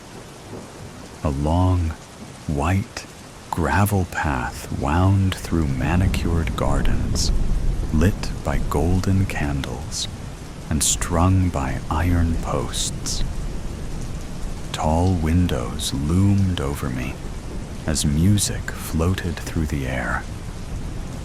As soon as I made it into the house, I passed the polished wood and gilded mirrors, up the stairs to the spare bedroom where I flopped onto the well-made bed, ignoring the state of my clothes. Did I feel bad for leaving my sister on her birthday? Of course, but I just couldn't cope with anyone or anything. I didn't think I could even fall asleep, no matter how much my body craved it. I had spent so long moving from place to place, never staying long enough to leave a mark, never bothering to make ties. I told myself it was because I liked the freedom, the open road, the thrill of waking up in a new city with new faces. But the truth was simpler. It was easier not to care when you knew you wouldn't stay long enough to lose anything. I met death last night, and I lived like a breath of cold air. By December, Montreal was buried under a heavy coat of snow that had been piling up since late October. Gray slush lined the streets, the result of salt and traffic grinding the once pristine snow into a dirty, icy mess. The biting cold cut through even the thickest coats, and the endless scraping of shovels and snowplows provided a constant backdrop to city life. Holiday decorations were everywhere, but their cheer felt commercial, more of a reminder to spend money than a celebration. The air smelled faintly of exhaust and wet wool, the kind of scent that lingered in crowded metro stations and poorly insulated homes. Yet, as Veronique walked through the city streets, her boots crunching against the fresh snow, she couldn't shake the feeling that something wasn't right. She'd always loved the holidays. As a child, she'd marveled at the shimmering decorations, the sound of boots crunching against ice, and the occasional scent of poutine wafting from nearby diners. But this year, the joy seemed oddly hollow, as if it were a beautiful facade masking something dark and unspoken. She paused at the corner by Sherbrooke, her breath curling in front of her in frosty puffs. It wasn't just the odd unease she'd felt all week. There were other signs, too. Small things that would have gone unnoticed if she weren't already on edge. Like the fact that the street lights on Peel Street flickered every time she passed, even though they stayed steady for everyone else. Or the elderly woman at the grocery store who stared at her just a little too long, her milky eyes narrowing in suspicion before she hurried away. Then there was the panhandler. Brian had been a fixture outside McGill University's McLennan Library for as long as Veronique could remember. Now in her third year, she'd often passed him on her way to classes. Wrapped in layers of tattered coats and scarves, he was well known among the students, who occasionally dropped coins into his cup. Brian had a reputation for getting himself thrown in jail during the harshest nights of winter.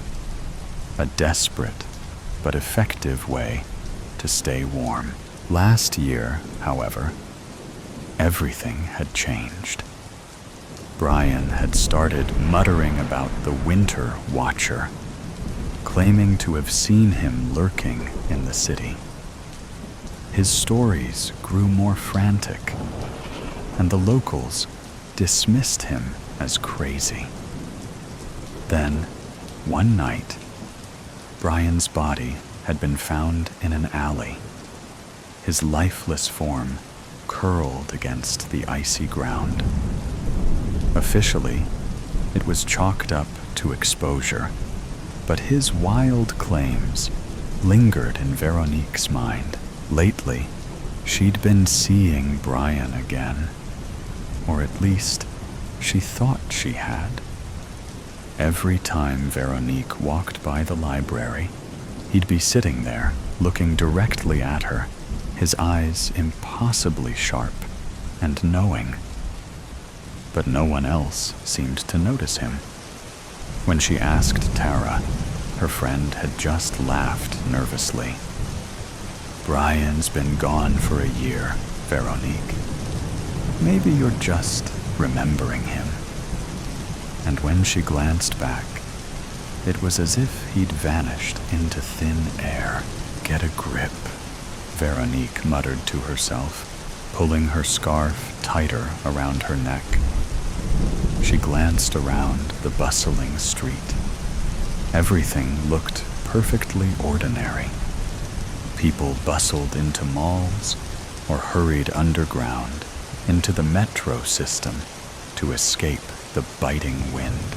And yet, she still felt the weight of something looming just beyond reach. She turned toward Upstairs Jazz Bar and Grill on Bishop Street, a cozy spot where she could grab a reasonably priced lunch and momentarily escape the cold. As she walked, she couldn't shake the nagging sensation that Brian's ghostly presence had followed her. Even now, she felt as if a pair of eyes were drilling into her back, though every glance over her shoulder revealed nothing but bustling pedestrians. The regular waiter, Roman, who hailed from Poland, greeted her with a familiar nod. People like Roman weren't called baristas in the 1990s, but he knew her usual order by heart. The usual, Veronique? Roman asked, already reaching for a menu, but knowing she probably wouldn't need it. Veronique nodded, offering a half smile. She found a seat near the small stage, cradling her coffee as jazz music played softly in the background, its warmth seeping into her hands. She stared out at the bustling street, searching for what? She didn't know, but the feeling of being watched pressed against her back, making her fidget in her chair. "You okay?" Roman's voice startled her. He had appeared beside her, his concern etched across his features. "Yeah, I'm fine," Veronique said quickly. "Just tired, I guess." Roman hesitated, then nodded. "Well, let me know if you need anything." When he walked away, Veronique caught sight of something in the reflection of the window. The panhandler from outside the library, standing still as stone on the opposite side of the street. She whipped her head around, but the spot was empty. The crowd moved on, oblivious. Veronique's pulse quickened. She could have sworn she'd seen him. Not just anyone, either. It was unmistakably the same man. His ragged layers and piercing gaze haunted her thoughts. She shook her head, taking a long sip of her mocha. Maybe she was imagining things. That night, the whispers returned. Veronique lay in bed, staring at the ceiling, her heart pounding in the dark. The murmurs were faint, but unmistakable, as if coming from the walls themselves. "Who's there?" she called out, her voice trembling. The whispers stopped abruptly, leaving the room in suffocating silence. Veronique reached for her phone, its glow a small comfort in the oppressive dark. She typed a quick text to her best friend, Tara. "I think I'm losing it." Weird noises in the house again. A reply came almost instantly. "Want me to come over?" Veronique hesitated. She didn't want to drag Tara into this. Whatever this was. "No, I'll be fine. Just needed to tell someone." She set the phone down and closed her eyes, willing sleep to come. When it finally did, her dreams were restless. A blur of faceless figures, snow turning crimson, and the sound of bells tolling deep and low. The next morning, Veronique decided she needed answers. If she didn't do something, the unease would consume her. She started with the McGill Library, its towering stone facade dusted with fresh snow. The interior smelled of aged paper and varnished wood. The librarian, Mrs. Haversham, greeted her with a kind smile. "Researching something special?" Veronique hesitated, unsure how to phrase her question without sounding unhinged. "Actually, have you ever heard of anything strange happening around here?" Like weird stories or legends? Mrs. Haversham's smile faltered. Strange how? I don't know. Just things that don't feel right. Or people seeing things that aren't there. The librarian's gaze sharpened. She glanced around to make sure they were alone before leaning in. You're not the first to ask questions like that. This city has its quirks, let's say, especially around this time of year. What do you mean? Veronique pressed, her pulse quickening. Mrs. Haversham hesitated. There's an old story about someone called the Watcher. It's just a folk tale, of course, but some say he appears in times of great personal unrest. They say he watches, waiting for something. But here's the strange part. Only the one he's watching can see him. Veronique swallowed hard. Have you seen him? The librarian's face darkened. No, and I hope I never do. That evening, Veronique found herself standing in her living room, staring at the Christmas tree she'd painstakingly decorated the week before.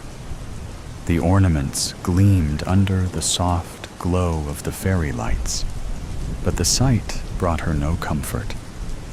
Mrs. Haversham's words echoed in her mind.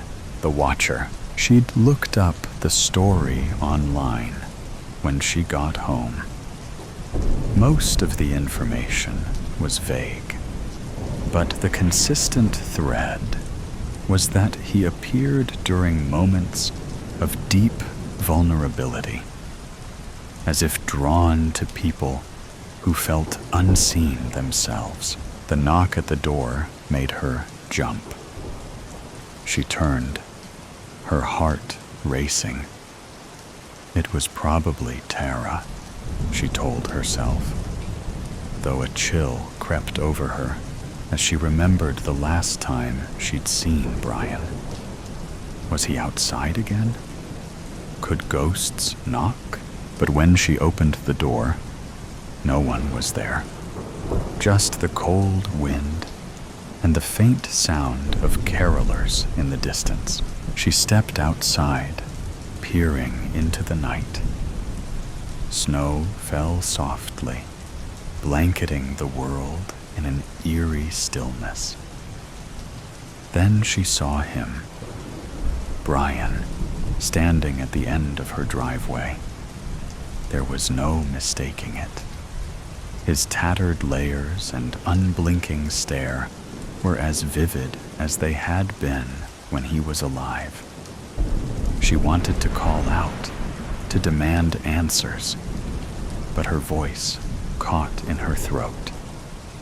The figure didn't move, only watching her with an intensity that froze her in place. Veronique's breath caught in her throat. She stumbled back inside, slamming the door and locking it. Her hands shook as she grabbed her phone to call Tara. But before she could dial, the whispers started again, louder this time, surrounding her. She clamped her hands over her ears, but it was no use. The lights flickered. Then, with a final, shuddering gasp, they went out. In the darkness, Veronique felt the weight of his presence. She didn't need to see him to know he was there, just beyond the door, watching, waiting, and for the first time, she understood what he wanted. Her. The next morning, Veronique's house stood as it always had, its cheerful decorations a stark contrast to the unease that lingered in the air. Neighbors passed by, unaware of what had transpired within those walls. But Veronique was gone, leaving behind only faint footprints in the snow leading toward the city streets. And in Montreal's busy streets, the holiday festivities carried on. But every so often, someone would pause, glancing over their shoulder, a fleeting sense of being watched brushing against their mind before disappearing like a breath of cold air, the trip of a lifetime. The trees are so much bigger out here, I said, as I looked out the passenger side car window. We were driving from the airport in the cab we just got. The lady driving was rude. She barely even looked at us. But we're out of there, and officially on vacation. The flight was long. I tried to sleep, but the man next to me was a talker. I'm too nice, my girlfriend says, but that's what keeps the world a better place. Besides, the man kept buying me drinks, which is why I'm looking out the window. I might hurl, "And greener, this place is beautiful," says Kenny. We're finally in the Pacific Northwest. Our bags are packed, and we're headed to Mount Hood. We have a week out here, and 4 days spent in the mountains. Kenny has family out here, so we're staying with his aunt the first night, and then we're off to breathe that crisp forest air. We made it to his aunt's house. She was so warm and welcoming. I felt right at home. After a nice meal of homemade beef stew and a shower, I was ready for bed. I bid them good night, and off I went, fast asleep in no time. I woke up in a panic. The room unfamiliar. Where am I? I thought, as my senses start to adjust. There's a soft buzzing coming from the fluorescent lights above me. My arms and legs are secured to this hospital bed, it seems. But this doesn't feel like a hospital. It's too cold. I try to move my head, but that's secured too. "Hello?" I call, but no answer. "Hello." Again silence. Suddenly a man is standing above me.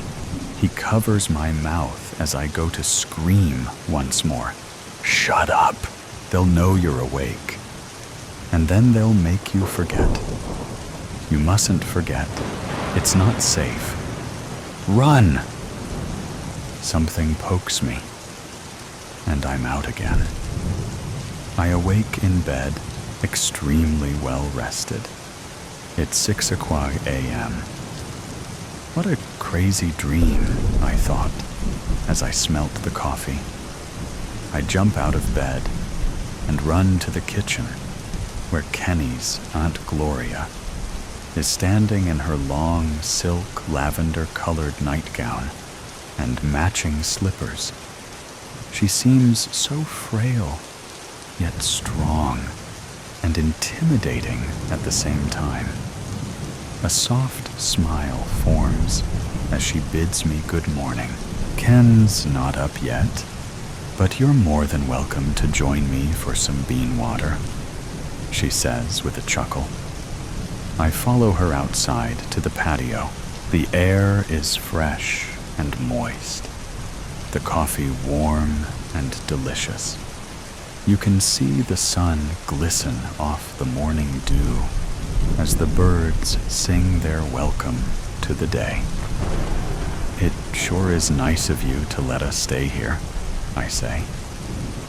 Kenny and I have been planning this trip for a while now, and I'm so excited it's finally happening. You two boys, be careful out there. I hear stories all the time about hikers going missing in those woods. These aren't like the mountains you have on the East Coast. These are real mountains, inhabited by really big creatures. I'm sure you've heard of Bigfoot. She says. I chuckle. Ha, Bigfoot, please. He's just a myth. If Bigfoot is real, then I hope I see him. He'll take a photo and become rich. Gloria shook her head and looked deep into her coffee, almost as if she was trying to see the bottom of her cup through the black liquid it now held. Like I said, just be careful, please. It's now 10 a.m., and we are on our way to the mountain. Gloria let us use her car since she doesn't drive anymore. She's 75 now, and hasn't driven since she was 70, and got lost driving home. They found her a day later, parked in a parking area 15 miles from the house. We made it to the mountain after about 2 hours of driving, and we couldn't wait to get on the trail. As we loaded up our packs, Kenny and I discussed our route, where we would stop for water and lunch breaks, where we would camp, and which streams we will pass, so we know where to collect water when we get low. All said and done, the trail up and down the mountain shouldn't take more than 3 days, but we're taking it slow since we haven't done a mountain of this caliber before, so we planned for 4 days. We're hiking Timberline Trail. It passes 3 major landmarks and has snow runoff year-round, so finding water shouldn't be a problem. In total, it's just over 41 miles. We're all loaded up and ready to start our hike when I realize I left my trekking poles at the airport. They must have fallen out of my pack. Just find a stick on the hike. It'll serve the same purpose, says Kenny. I mock him, but I know that's what will happen. Easy for you to say. You didn't forget anything, but he did. The compass. Well, how are we supposed to know where we're going now? I ask. We still have a map, and the trails are marked. It'll be fine, he says in a not-so-reassuring voice. We've been walking for hours, and I haven't seen a single soul. It's day 2 in the woods. The first day went by so fast, but now the excitement and newness has worn off. The woods are long and damp, flora as far as the eye can see. No roads, cars, people. Hey, are we on the right path? I ask. Yeah, we should be coming up on Cloud Cap in about 5 more miles. Ken responds. I don't believe him, though, and my body hurts. It must be from sleeping on the ground. And I kept having the dream about the guy telling me to run. Maybe that's just making me paranoid. There, see? I told you we're going the right way. That must be Cloud Cap Inn, exclaimed Ken. As I stumbled over the hill, I saw what appeared to me as an abandoned shack in the middle of the forest. I don't think that's it, I yell, but Ken was already sprinting towards the front door. I call first shower, he yells as he enters the doors. I approach the building cautiously, examining the weathered cedar shakes, the broken shutters hanging from the windows. How is this place still in business? I thought. I push open the heavy oak door, and inside, the place looks immaculate. It's an open floor plan with 2 massive fireplaces at either side of the room. The carpet covers the hardwood floor, and drapes cover the windows. I look to the front desk. It's the man from my dream. I told you to run, he says as a loud bang comes from the room upstairs. Kenny screams, "Bang!" Then silence.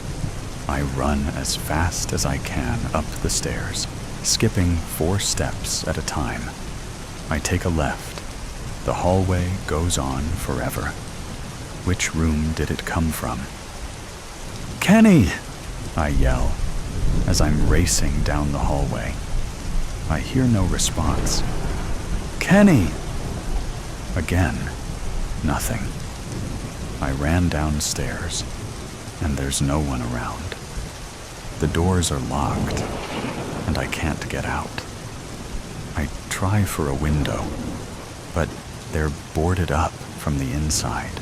I ran back upstairs and tried those windows, but to no avail.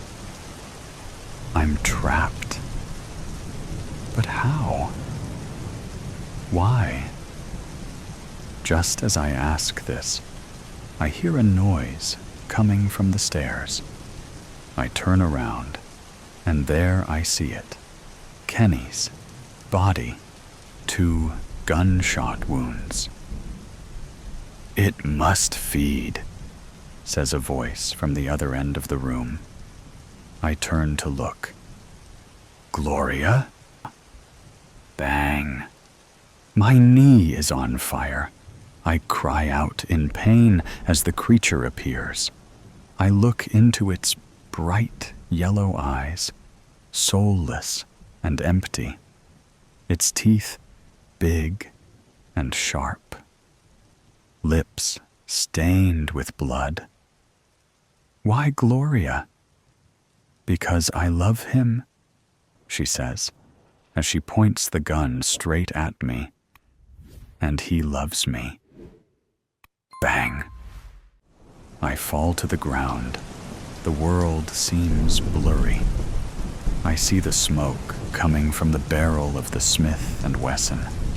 I see Kenny stand and take the gun from his aunt. Just as my eyes close for the final time, I should have ran. The end, neighbors. It's been so peaceful without tenants in Unit 37. Something about that apartment always attracts such surly people. Loud, rude, unneighborly. This used to be a community.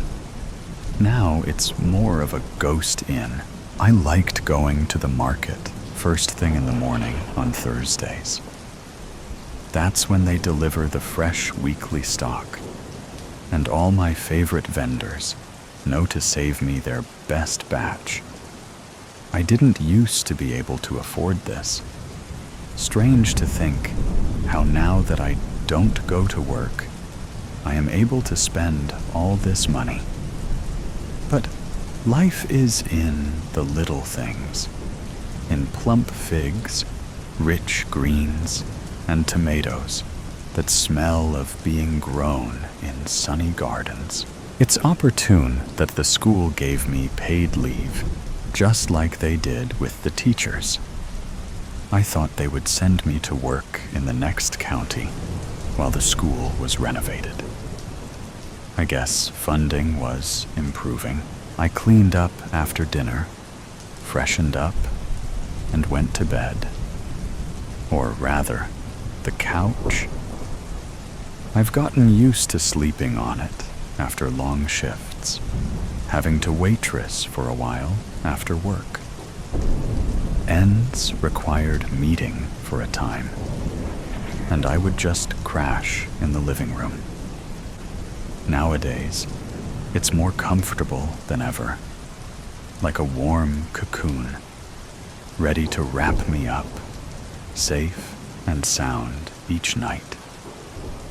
I finally slept like a baby. Then there was a bark, suddenly, in the middle of the night. Loud, sharp barking of a dog. It sounded so close, I thought he was right in the room with me. A cold chill ran throughout my body from how much it startled me. I felt my heart go cold. Must be what a surge of adrenaline feels like. I would have thought it would be a hot flash, but I felt frozen. Listening more carefully, I realized it was coming from Unit 37. I didn't see anybody move in. Why is there a dog? Am I hearing it wrong? Drowsiness was overtaking me again. Once my body realized it wasn't in imminent danger. Maybe it's for the best, I thought, and laid back down to sleep. It was a sunny August day. I've gone to feed the ducks at the park pond. It was only 10 a.m., but the heat was already scorching. Right at the entrance of my old, derelict-looking building, I've come across them. 2 strong men in white polo shirts, carrying boxes inside. Movers. I didn't speak to my neighbors. Or they didn't speak to me, really. It's useless being friendly to faceless people who look through you. Everyone has enough on their minds to care about anybody else if they can help it. So I don't know anybody here anymore, and I don't mind if it stays like that. At least there was no ruckus. Nobody made problems. I can live with that. As I climbed the stairs to my 4th floor, I saw that my assumption was right. There were a few empty units that anybody could be moving into. Of course, it had to be the Unit 37, right next to me. Then I heard it again. The piercing noise. Barking. Their door was open. The movers going in and out, diligently filling the space, I presume. And my mind seemed to fill just the same. Who were these people? Will the dog bark now, all the time, and disturb my peace? A young woman, maybe late 20s, with wavy brown hair appeared, with the dog on a leash, instructing the movers how she'll be back soon. She gave me a curt nod and swooshed beside me. All right, just the girl. Maybe she's a student, or just a young woman finding her feet on her own.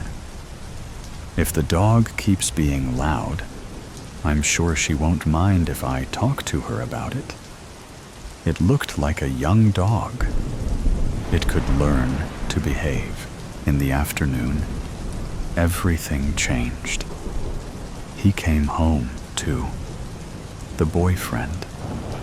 I should have supposed that she had a boyfriend, She was young and beautiful. Why wouldn't she? Why he had to be insufferable that I had no answer to. Days that followed passed in turmoil. I am aware it sounds like an exaggeration. They had the right to move in there. They had the right to make life noises, to be.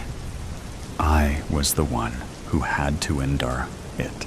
I heard every step, every clink of the silverware, every bathroom visit, the TV, and the bedroom, and most of all, the arguments.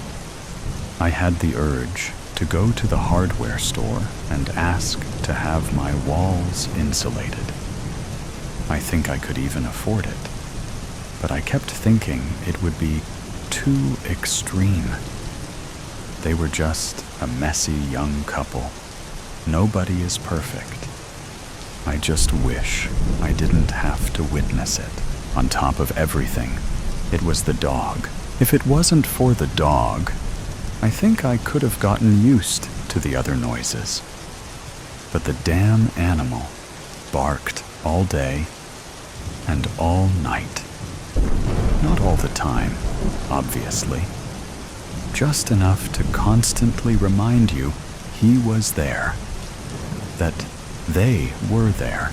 What bothered me the most is that nobody seemed to care at all. As if nobody else in the entire 5-story building with over 30 units could hear him, except me. Did nobody else wake up at 3 a.m. each night when the damn thing shouted? That's how it sounded like, as if he was shouting at someone. Sometimes I had a feeling he was angry at the boyfriend, which is when I sympathized with the animal a bit. I, too, sometimes want to bark at the vile man, but who was he mad at in the middle of the night? When he barked at those times, it felt like he was angry at me, and I hated him for it. It was a Thursday. I've just gotten back from my farmer's market stroll. I never knew when they'd be home. They didn't seem to work a normal job. They'd be home at odd hours, and then gone at even stranger ones. Did they even work at all? Who paid for everything? They never seemed to argue about money. I could hear shouting from the corridors, climbing the stairs. The smell of weed was forever permeating the inside of the building. I detested the smell, but it was simply one more thing I just had to accept and learn to live with since they moved in. I've called the police 12 times in total so far. Loud music, partying, drugs, the dog. The police would come. They would get quiet and not answer the door. The police would leave. That was the extent of the law protection this country provided. Not that I put my faith in them. It was simply the only thing I could do. I tried ringing them, hoping to talk. He would curse at me through the door, and I would run back to my apartment. It was cowardly. At least that's how I felt when I did it. I just don't know what else to do. My entire existence was upended by them. They consumed me. My every waking moment, they made me think of themselves. They woke me up to remind me they were there. I had no escape, no peace, and there's always the dog. Sometimes I think he must feel the same way I do. he too is trapped with them. He can't leave. He can't even pee if they don't feel like getting up and taking him outside. One time, I heard the boyfriend hit him. He must have done his business inside. I pitied him, and I hated him all the same. Today, the dial got turned up a notch. Maybe the pot of gold they've been living off of had run dry. Maybe she cheated. Maybe he had built enough frustration to take it out on her as well. Plates were shattering as I quickly unlocked my door. I dumped my things in the kitchen and, without thinking, on instinct, went to call the police. That's what I was hurrying to do, without even realizing. As it was ringing, I could hear her cry and beg him to stop. Stuff was flying, hitting walls and probably hitting her too. 911, what's your emergency? Yes? Hello? I'm calling about my neighbors. Ah, Ms. Mazzaro. Is it the dog again? Excuse me? You are Miss Mazzaro at Fair Corner 11, correct? Yes, I have you on record here. You have issues with your neighbors. So I only asked if it was the dog again. Isn't that neat? No, it is not the dog. Well, it's the human dog, that bastard of hers. He's beating her. I can hear it through the wall. He's hurting her. There's stuff flying all right, ma'am. We'll send someone over to check on the situation. There is nothing to check. You need to hurry. He's hurting her. He could kill her. Do you hear me? Yes, ma'am. I've already told you. I've sent someone over. Just sit tight and try not to worry. He hung up the phone. Besides a few doors opening to snoop and promptly closing when their suspicions were confirmed, nobody did anything. He continued to scream and hit her. She continued to sob and mumble. Was she explaining herself? Begging? Soothing him? I couldn't tell. Not by her words, at least. I just knew. I didn't even realize I'd been sitting at my dining table, clutching the phone, listening, that 3 hours went by. I got startled from my stupor by the doorbell outside, and I glanced at the clock, noticing the time. That's how long it took them. They were at their door. I wonder what they'll do if he doesn't open the door. Will they just walk away like they did all the other times? The lock clicked a few times, and I could hear her voice. I knew it to be hoarse, but to a stranger, she sounded normal, chirpy even. Sorry to bother you, miss. We had a complaint from a neighbor. They heard some shouting. It seemed like they were worried for your safety. Is everything all right? Really? Oh my. Well, I'm fine. I don't know what it could be. Oh my God. Yes. Oh no. I feel so bad. It's probably the dog. My boyfriend came home. He was away for a few days, and Loki got a little too excited. He's been jumping all over the place. So the dog was making the noise?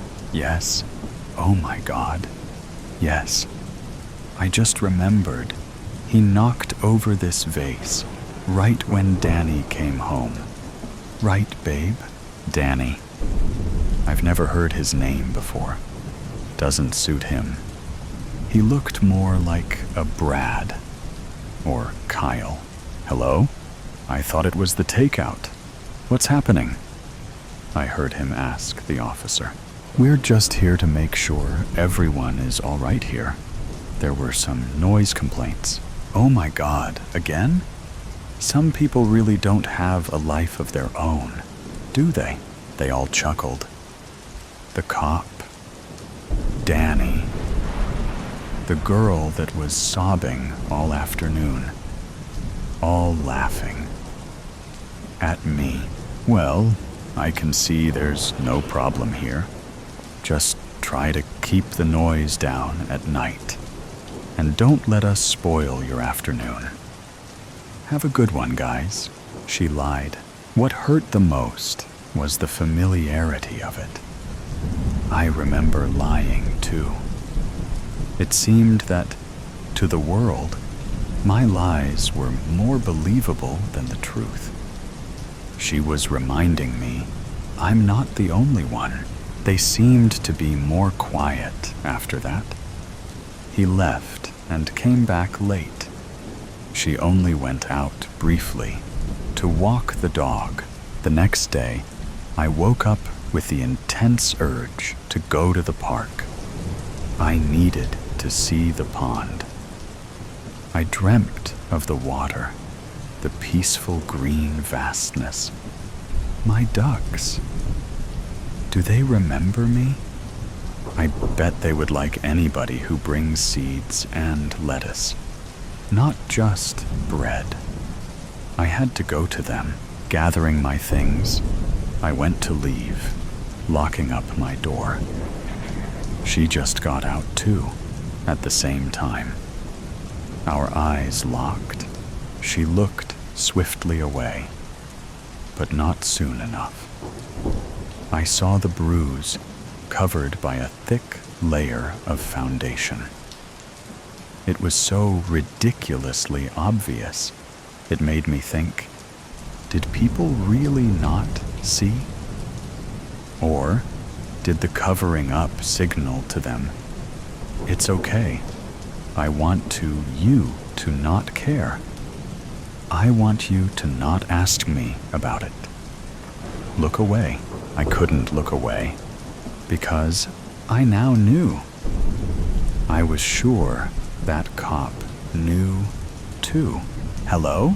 Oh, hi, she answered reluctantly. Off for a walk? Yes. Sorry, by the way. Loki barks at night. I know. I can't get him to be quiet. He notices the pigeons sleeping on the ledges of windows and goes bonkers. Yes, we can talk about the dog, but we can't talk about the man. I'm going to the pond. I feed the ducks sometimes. Would you like to come with me? Oh, that's so sweet. But no, sadly, as I said, Loki only sees birds as snacks.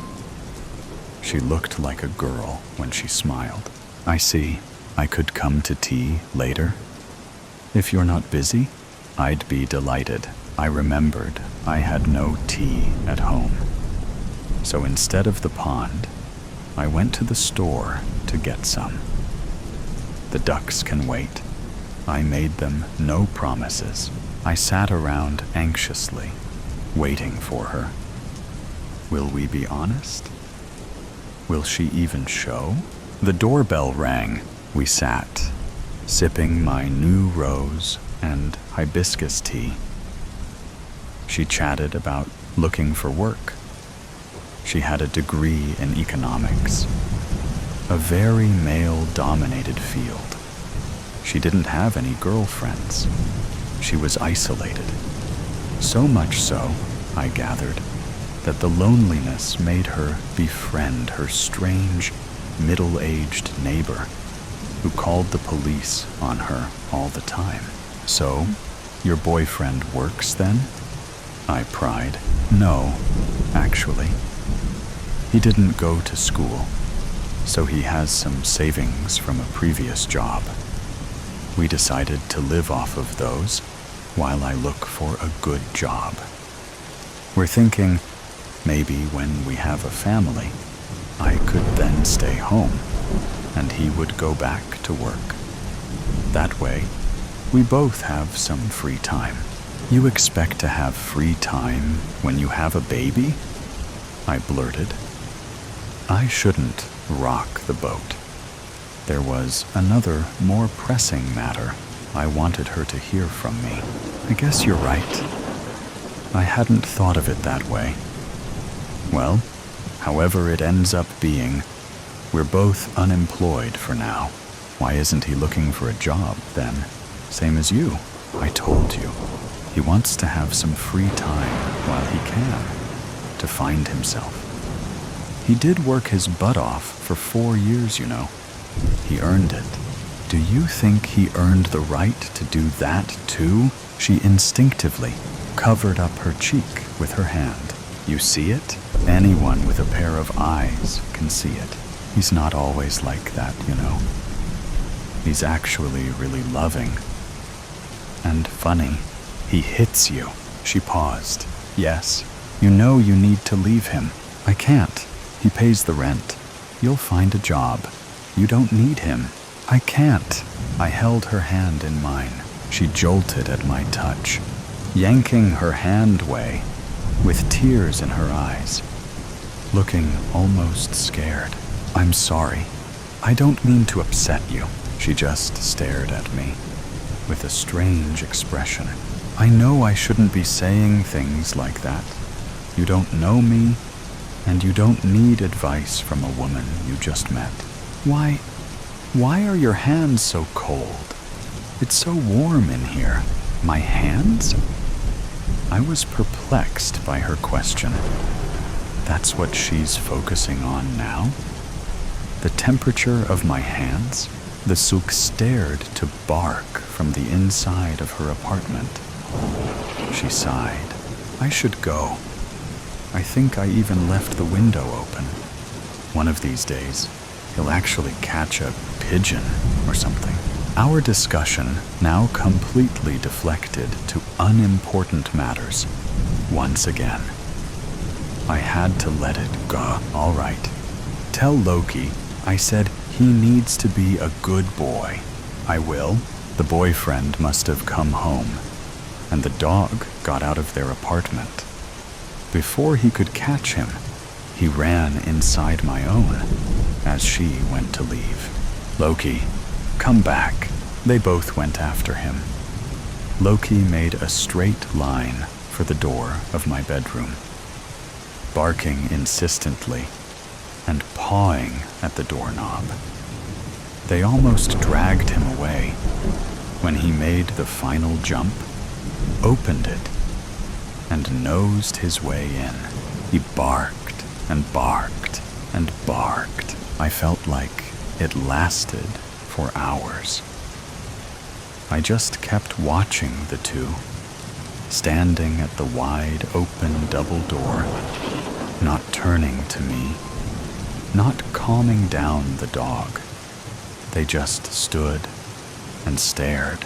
I walked slowly closer, with each step being more certain of what I'll find. Peace overcame me.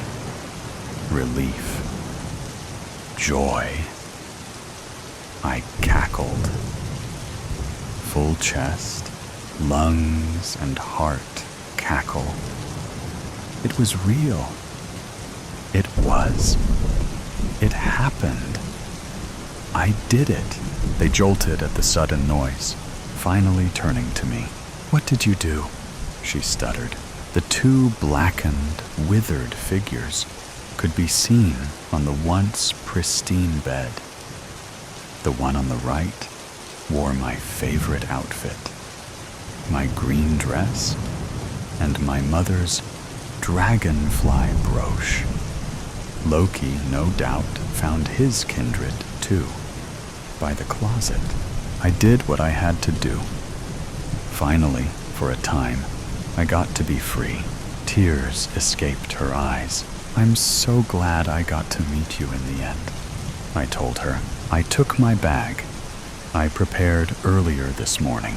Take care. I smiled. I think I'll go to the pond now.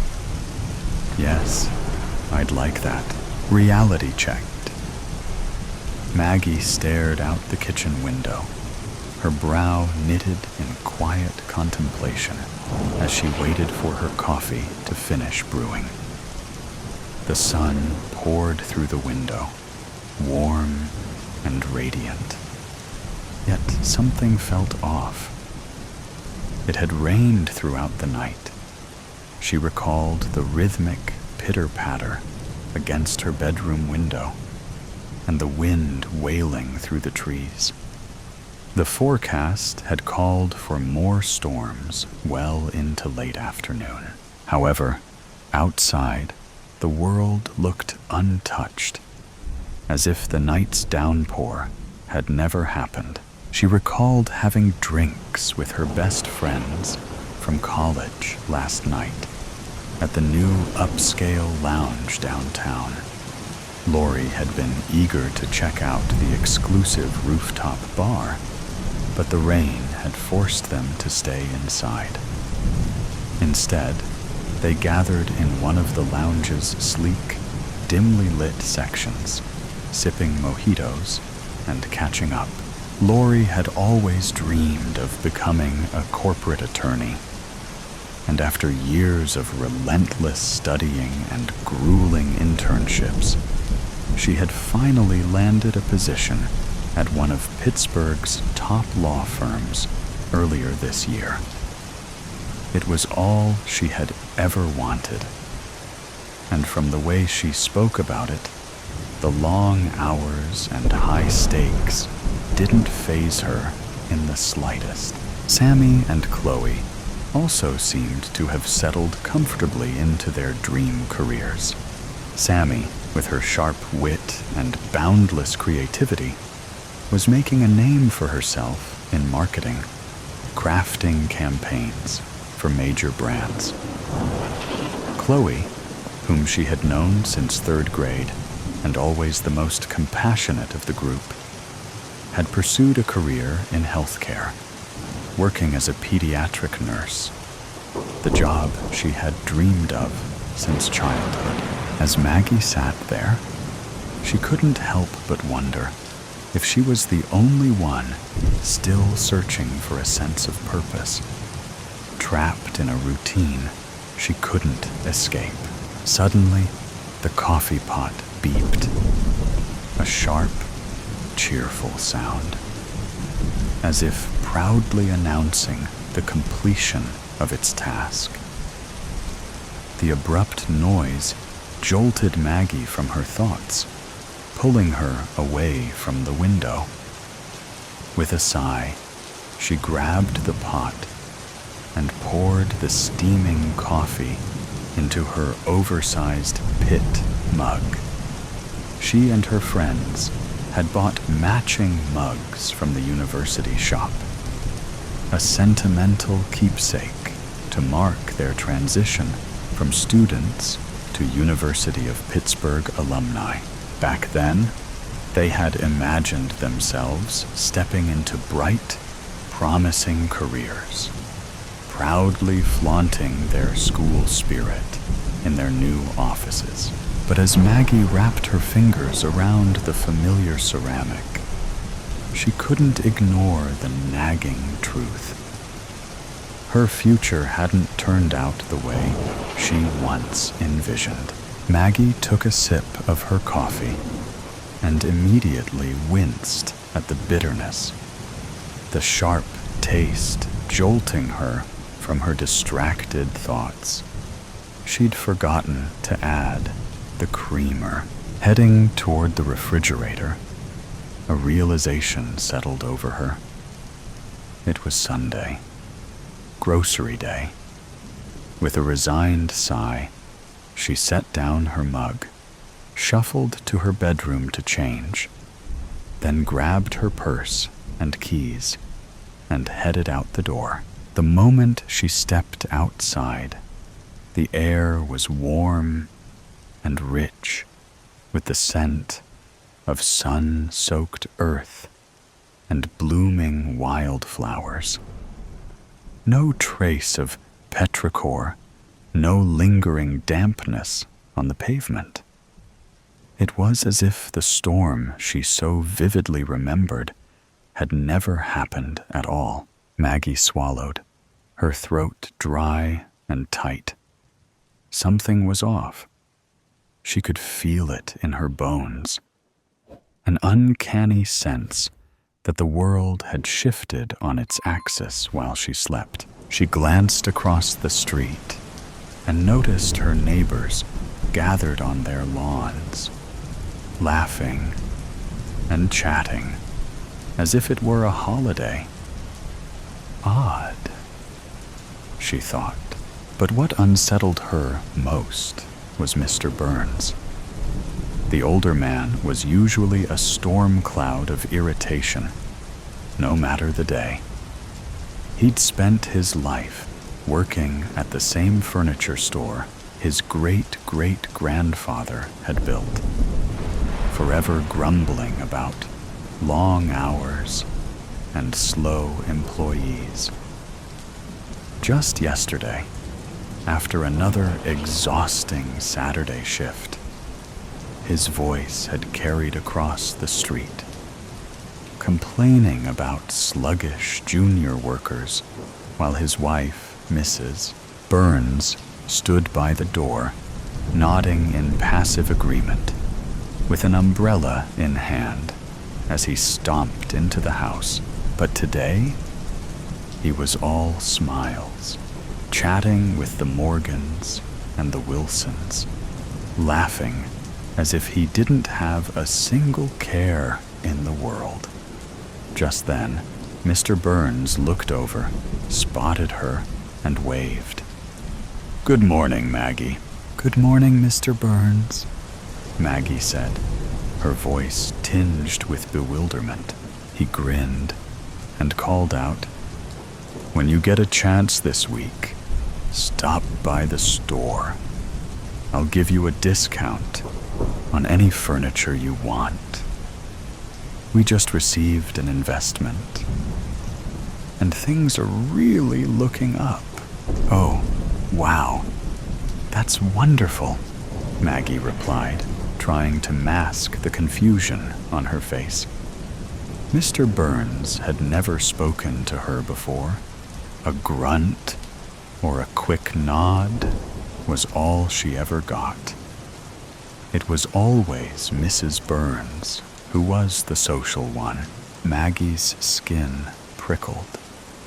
The hairs on the back of her neck stood on end as she climbed into her car, gripping the steering wheel so tightly her knuckles turned pale. Something definitely isn't right, she thought. First, the weather seemed odd, and now her neighbor was acting like an entirely different person. Maybe it's just me. Maybe I didn't sleep well, and the mojitos from last night aren't sitting well with me. But no matter how she tried to rationalize it, every instinct screamed that something was undeniably wrong. The drive to the grocery store was oddly surreal. Streets that normally peppered with Sunday morning traffic were unsettlingly quiet. The few cars she passed moved at an unhurried pace, their drivers smiling and waving as if caught up in some unspoken festivity. Pedestrians strolled along the sidewalks with a light-hearted spring in their step, while dogs pranced happily alongside their humans, tails wagging as if the entire world was enveloped in an unfamiliar sense of joy. As she pulled into the parking lot of Greenfields Market, her unease deepened. The vast stretch of asphalt, usually packed with cars on a Sunday morning, was nearly empty. Only a handful of vehicles sat scattered across the grocery store lot, gleaming under the strangely intense sunlight like polished gems. She cautiously eased into a parking space near the entrance and cut the engine. For a moment, she just sat there, fingers still resting on the steering wheel as she scanned her surroundings, trying to steady her thoughts. "What is going on?" she whispered to herself. Finally, after calming herself, she grabbed her purse and stepped out of the car. The door closed shut behind her, the sound echoing across the parking lot, unnervingly loud against the surrounding stillness. As she approached the store, the automatic doors slid open with an almost too cheerful whoosh, releasing a wave of cool, conditioned air. The familiar fluorescent glow spilled onto the pavement, blinding her momentarily, forcing her to blink rapidly to adjust her eyes. Her gaze landed on the store employees gathered at the entrance, their faces lit with excitement as they chatted and laughed. They held a large banner that read, "Welcome to Greenfields Market. Happy grand reopening. A new beginning awaits." A grand reopening? This surprised Maggie. She had been at this store just a few days ago, and there had been no sign of renovations, no announcements, no changes, nothing to suggest something like this was happening. She forced a smile at the employees as she walked past, gripping her purse handle tightly.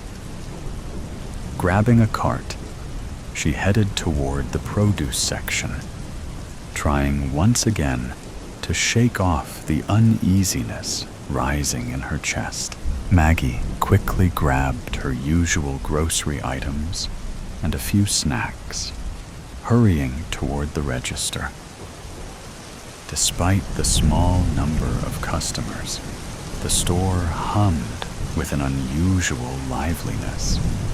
As she made her way through the aisles, everything seemed different. The store fully stocked the shelves with fresh produce, neatly arranged in vibrant displays. Maggie couldn't believe what was happening. This wasn't just a grand reopening. It felt like an entirely new store. Yet everything looked exactly as it always had. As she fumbled with her wallet, she heard someone call her name. "Maggie, so nice to see you today. How are you?"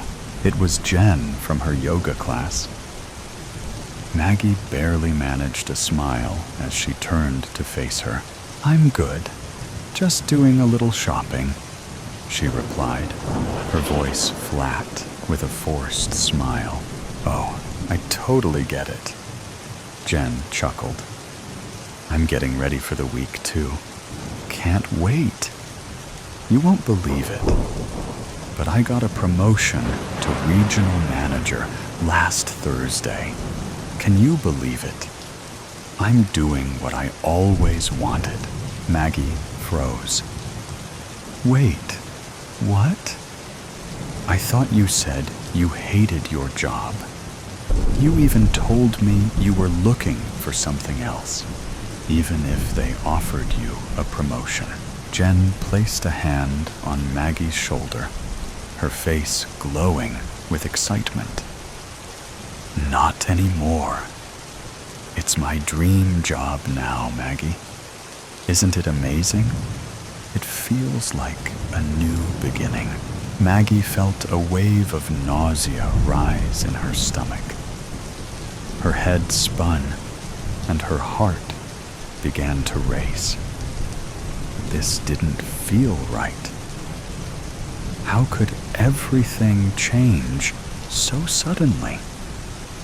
The world felt like it was wrapped in some strange, happy haze. How was everyone so cheerful? They continued sharing a little small talk and hugged goodbye just as the cashier finished ringing up Maggie's items.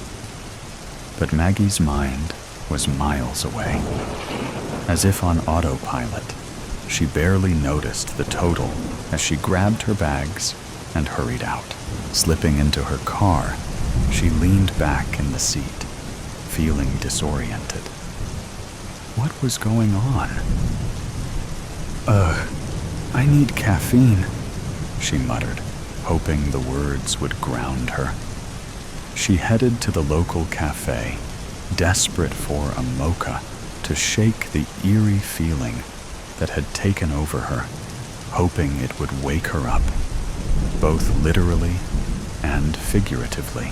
As Maggie stepped into the cafe, she was taken aback by the atmosphere.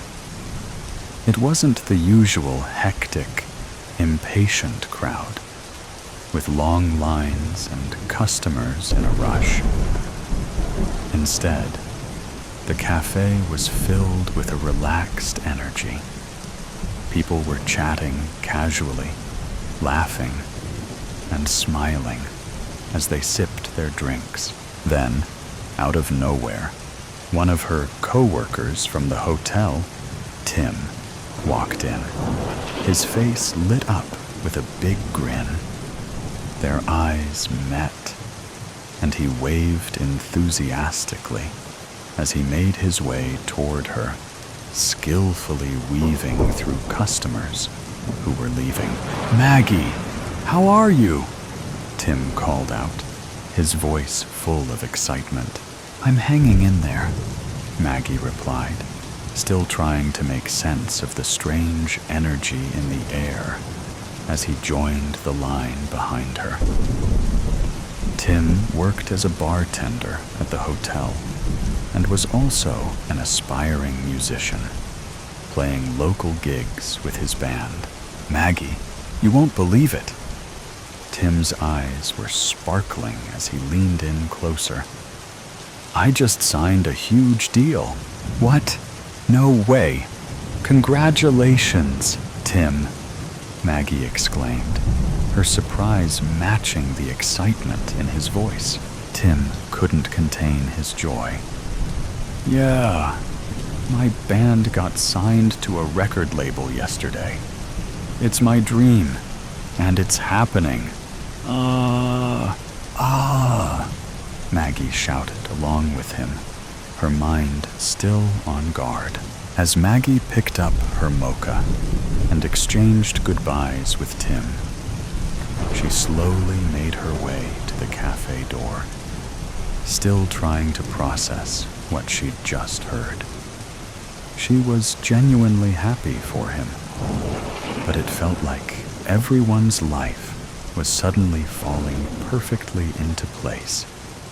Everyone except hers. She stepped outside into the warm air, the cafe's artificial ambiance fading behind her. As her foot hit the pavement and the fresh air brushed her face, a shiver ran through her, a silent reminder that something was wrong. The streets remained unnervingly serene. Everywhere she looked, people seemed to be exactly where they were meant to be. As she drove home, the familiar scene mirrored the one she had seen on her way to the store. She passed a man sitting on a bench, sketching in a notebook, his face radiating quiet contentment. A woman jogged by, her expression one of pure determination, as if every step brought her closer to her passion. Even the baristas at the cafe earlier seemed to move in perfect harmony, clearly in their element. It was as if the world had shifted into some perfect version of itself, where everyone had found their calling. Maggie's stomach tightened as she pulled into her driveway, the weight of the day settling in. The laughter, the smiles, the overwhelming sense of satisfaction. It all felt surreal and too perfect.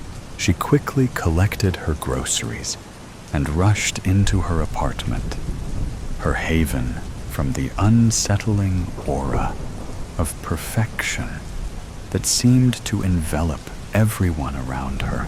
How could everyone else be so content, so perfectly aligned with their passions, while she felt like she was just existing? The world outside her window seemed too vibrant, too flawless. The more she thought about it, the more it felt like a carefully crafted facade, one that taunted her with its perfection, mocking her unfulfilled aspirations. After putting away the groceries, she glanced out the window and noticed the sky had darkened. Was it that late already? The day had passed in a blur. With a sigh, she turned her attention to getting her uniform ready for work. She mentally ran through her usual Monday routine. Oh, that's right, she reminded herself. I need to meet with Mr. Carrollson about booking the VIP hall for this week's seminar, since the large banquet hall is undergoing emergency renovations. Are you happy, Maggie? The thought surfaced unexpectedly. Is this really what you want? 2 years from now? 5? 10? The questions lingered, unsettling and impossible to ignore. No, I'm not happy, she whispered at first, then repeated louder. I'm not happy. I'm a 29-year-old front office supervisor, stuck in a monotonous routine, she cried out, her voice breaking as tears spilled down her cheeks. Her voice trembled with frustration as she continued, her emotions pouring out unchecked. This isn't what I wanted. This isn't the life I dreamed of. She dropped to the floor, fists tightly clenched, tears streaming down her face, her voice breaking with every breath. My dreams, my life, everyone around me is thriving, doing what they love, and I'm just stuck. The realization crushed her. The contrast between her stagnant reality and the world's perfect harmony pressing in like an unbearable weight. Seeing her friends last night had left her feeling small, inadequate. They had all progressed into their ideal careers. And when the conversation had focused on her, she attempted to joke and dismiss it with a nonchalant, "Oh, I just changed direction." But the truth was harder to admit, even to herself. Somewhere along the way, ambition had quietly given way to stability.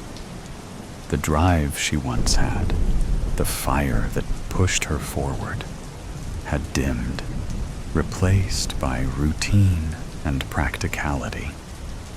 And now, as she neared 30, she woke each morning with a dull, persistent ache of regret, haunted by the question, why had I just simply settled for this life?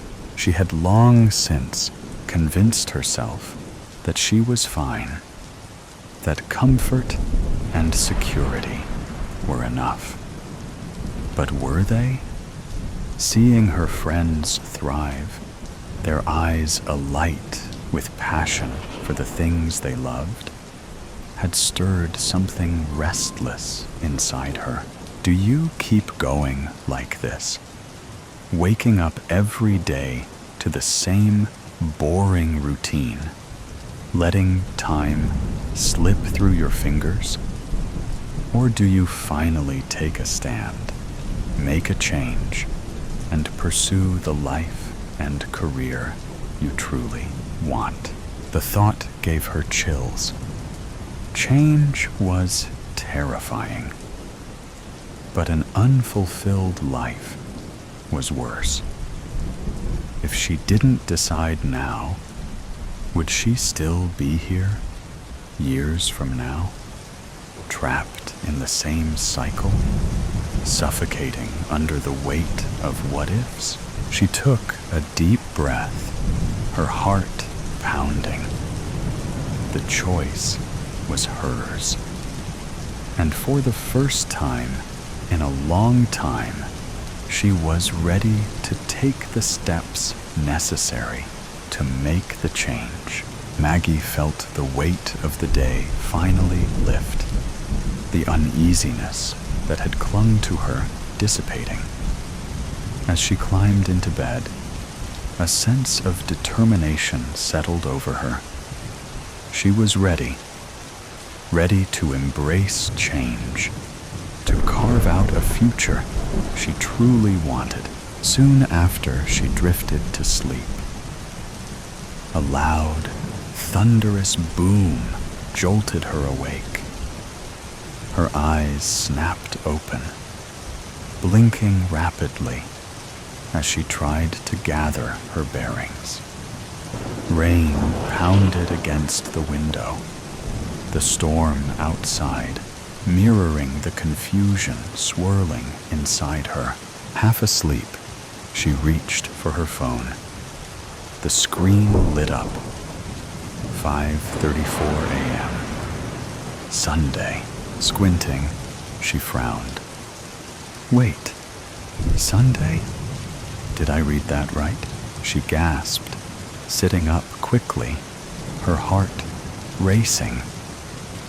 That couldn't be right. She had just lived through an entire day. She had gone shopping, talked to Jen, seen Tim, struggled with her emotions. How could it possibly be Sunday morning again? Scrambling for answers, she lunged for the TV remote and turned it on. The menu flashed across the screen. Sunday, 5:35 a.m. Her pulse roared in her ears. Oh, my goodness. Was it all just a dream? She whispered, her mind racing to make sense of it. A breathless, incredulous laugh escaped her. It was all just a dream. A weird, unsettling dream. Yet, as the initial shock settled, another thought took its place. It had felt so real, so vivid, like she had actually lived it. But more than that, it had forced her to confront the very things she had been avoiding. Her doubts, her fears, and her regrets. Seeing her friends had been the catalyst, but the dream had been the wake-up call. Maybe, just maybe, it wasn't merely just a dream. Maybe it was a sign to stop waiting for the world to change for her.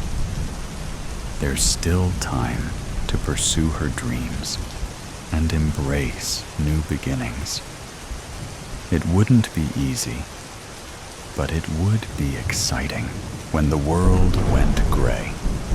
Joy, happiness, life, creation, the spark of beginning, the heartbeat of Earth itself, the endless manifestation of color and beauty and light, blossoming, growing, unfurling into something infinite. And then, one day, nothing. The world, once bursting with radiance, was swallowed whole, devoured by an oblivion so complete that even memory faded to grayscale, leaving behind only the cruel, inescapable taunt of black and white, a silent mockery of what once was, shadows of what had been clung to the charred land beyond our shelter, reaching with desperate fingers toward a sky that had long since turned its back. And as the relentless nothingness took and took and took, we were left only to bear witness, to suffer in the empty remains of what we had destroyed. And as the world faded to monochrome, I became one of the countless shades of despair. Our city, once flooded with bustling citizens driving cars of every color, is reduced skeletal frames of buildings and cracked roads. A cruel reminder of the countless nights I spent, sleepless, hidden away in my attic, thriving off the colors coating my paint palette. The word around us hasn't just been burned, it's been erased. The vibrancy stripped away. I look around our underground shelter, and for people struggling to survive, everyone was perfectly content with making conversation from the concrete where they sat, as if they weren't on their deathbeds. We scrape by with the rations the leaders distribute weekly, our bodies weakened by hunger, our minds fractured by the unbearable monotony of a world without color. But it isn't the hunger or paranoia that haunts us, but the weight of absence, the memories of color fading with each passing, dissolving to add to the torture of the ash flakes contaminating the air. Black, white, gray, repeat, every damn time. And then I find myself thinking the same, though I thought since the day the world was drained of color. This is a dream.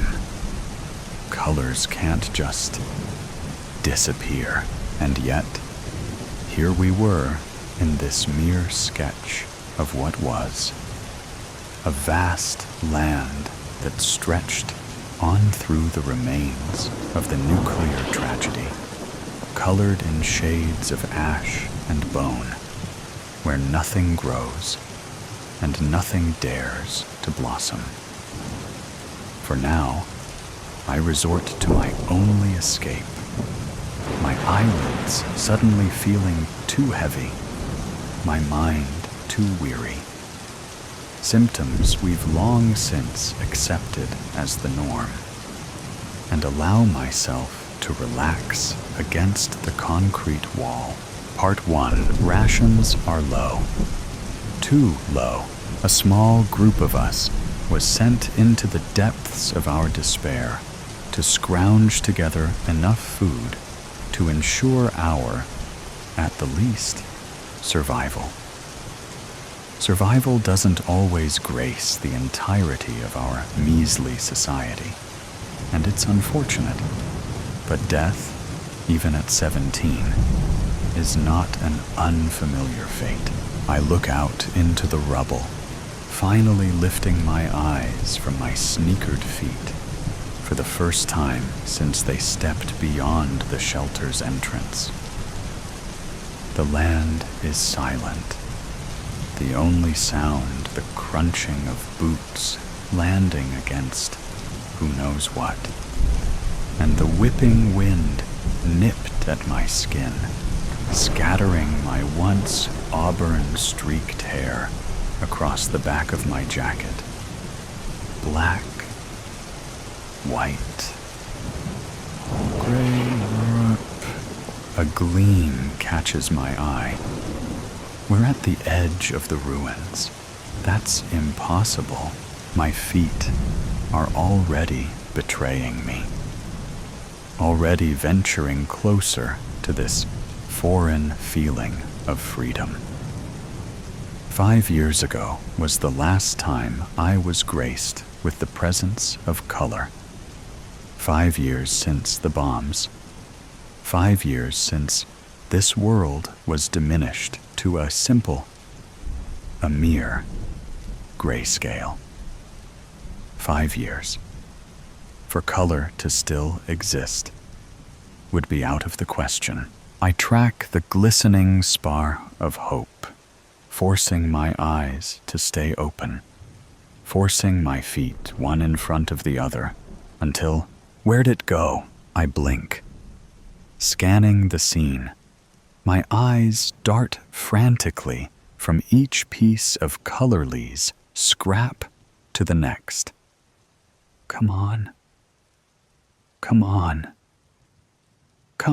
Nothing. The unmistakable feeling of wilted grass prickles at my knees as they hit the ground where it was.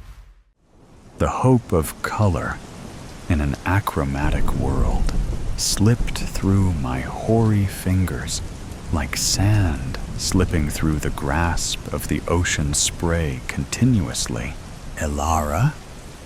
Sienna, one of the other young scavengers, asked, kneeling down in front of me. You okay? I blink back tears I didn't know were welling, forcing composure I don't have, even as I feel the feather-light touch of Sienna's hand on my shoulder. I know I can tell Sienna the truth.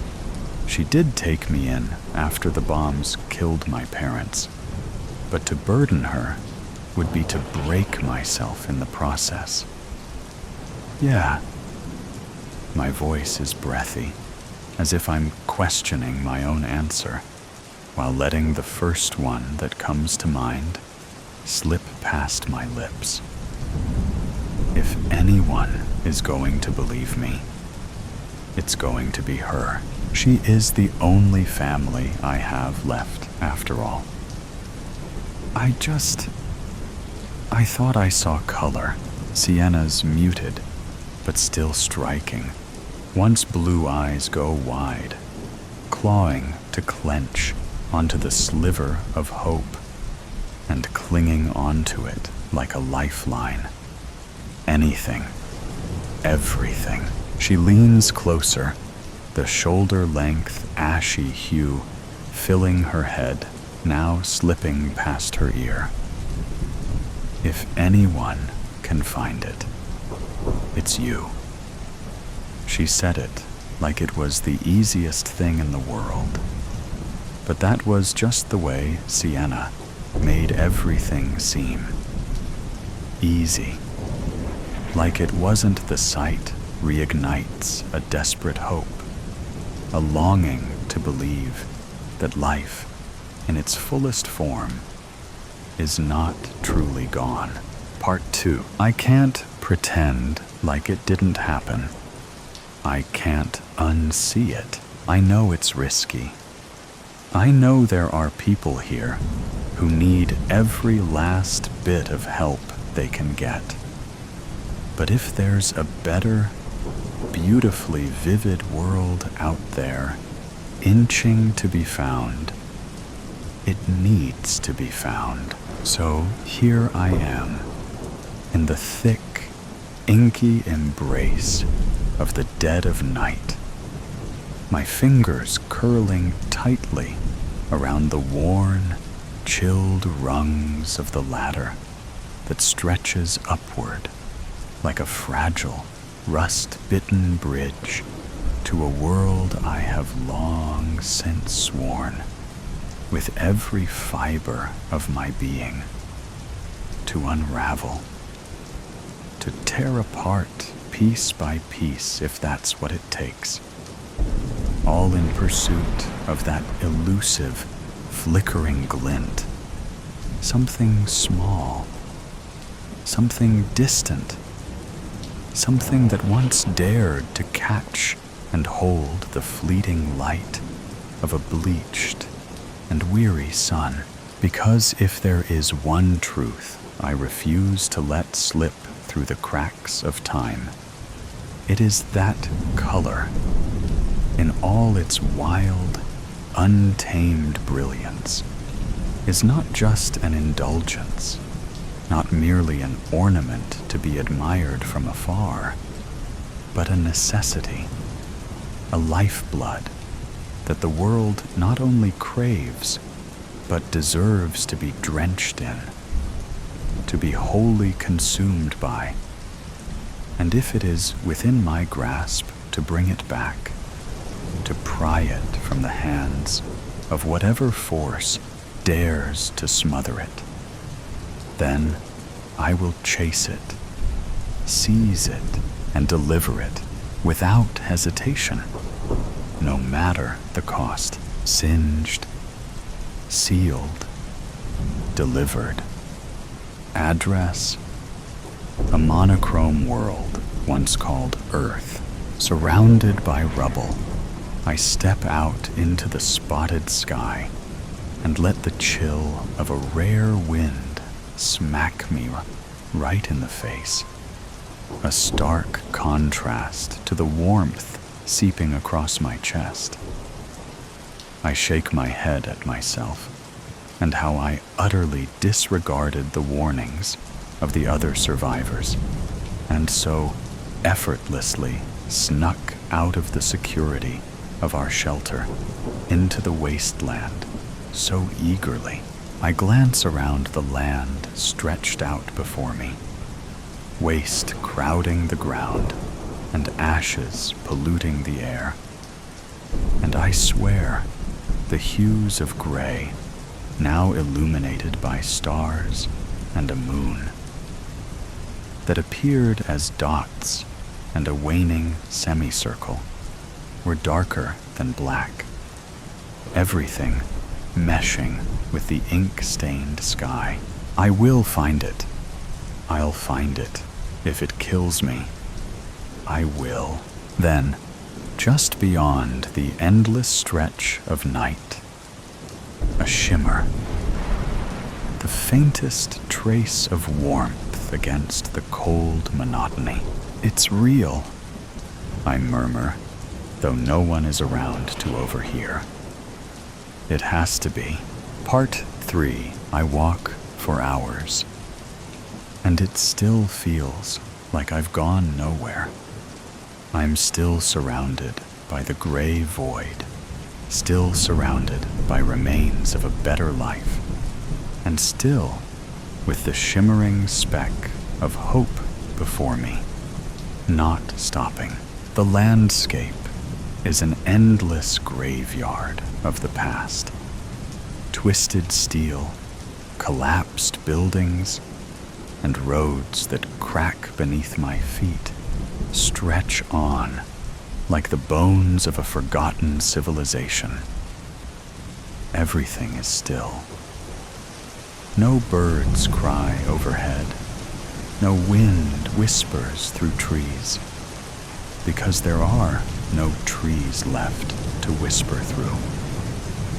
The silence is heavy, pressing against me like the weight of the sky itself. I huff, pressing my back against a crumbling door, not bothering to look at the house, but rather the swing set across the road, peering intently as it swings back and forth in the stillness of night, moved by something unseen, perhaps the ghost of the child who cherished it. A sigh slips past my lips at the tempting offer of sleep, but refusing to give in quiet yet. I push my weight forward. My feet drag, weighing me down. Black, white, gray. Repeat.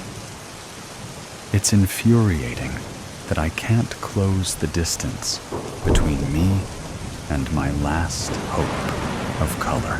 My eyes snag on a reflection in the road. My pace quickens. My footfalls echo in the empty, colorless world as I near the glinting surface. A mirror, cracked, dirt-speckled, abandoned in the middle of the road, like it doesn't belong. Like nothing belongs. I slow, breathing hard. My reflection stares back at me, distorted by the fractures spider-webbing across the glass. The same dull world is behind me. The same lifeless sky above. But beneath me, just beyond the cracks, something else, green, my breath catches. A patch of grass, impossibly vivid, bleeding through the reflection as if it exists in another world. As if it's real, somewhere, somehow. I step forward, heart pounding, kneeling at the mirror's edge.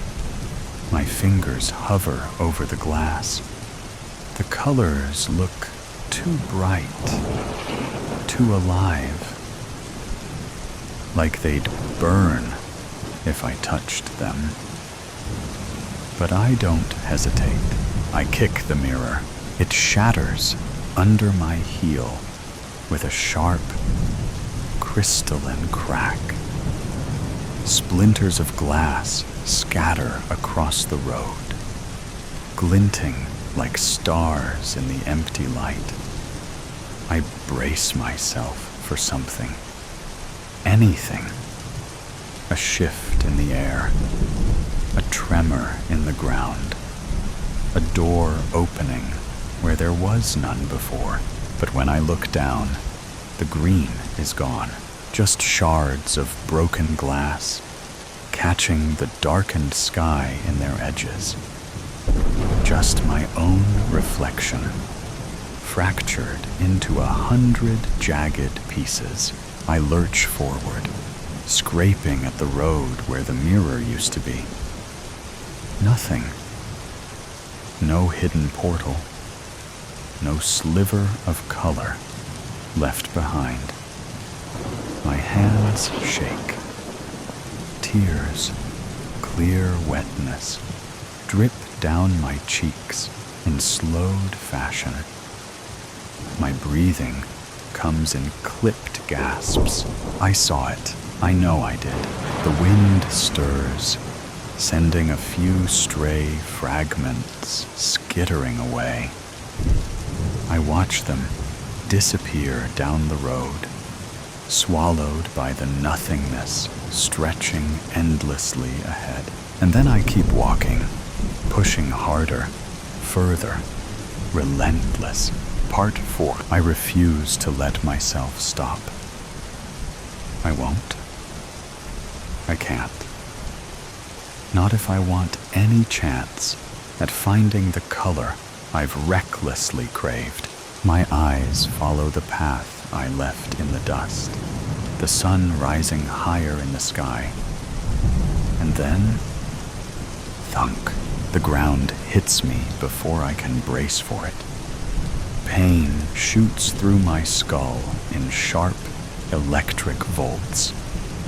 I glance up, dazed, and see the thick trunk of the tree I just slammed into. Its rough bark pressing into my chest, pinning me to the earth. I wince, trying to push myself up, but my head swims with dizziness. The tree stands tall, towering over me like an ancient sentinel, its branches casting long shadows in the early morning light. I can feel its strength, as if it's mocking my weakness, daring me to rise again. I press my palms to the ground, leaves crunching beneath them, and accept this tree's challenge. The rough earth presses against my skin, grounding me in this moment, daring me to rise. A chill runs through my spine as I push myself up, dirt clinging to my fingertips.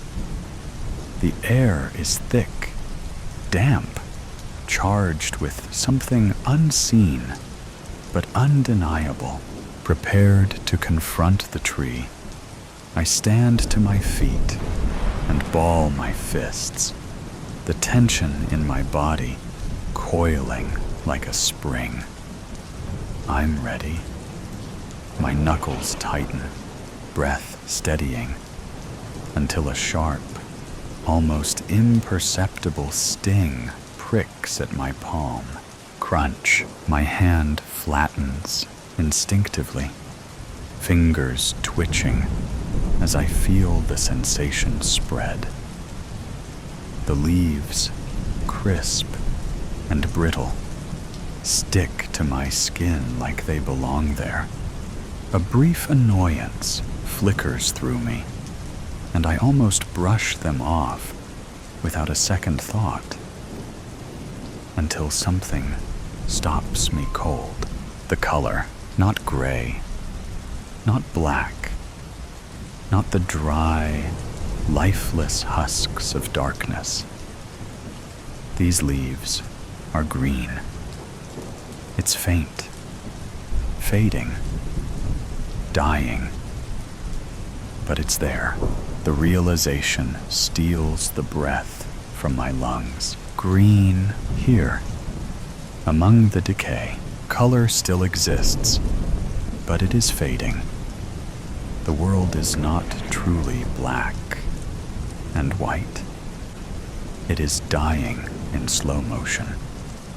The nuclear bombs did not erase color. It severed life's connection to it, leaving only those who remember it to witness its vanishing. A smirk, one I haven't worn since the day of the bombs, breaks across my lips. It all makes sense. I have to find the color. I have to find the, what about everyone else? What about Sienna? I cut myself off, bending to gather a handful of dull leaves from the ground. Sienna would want this.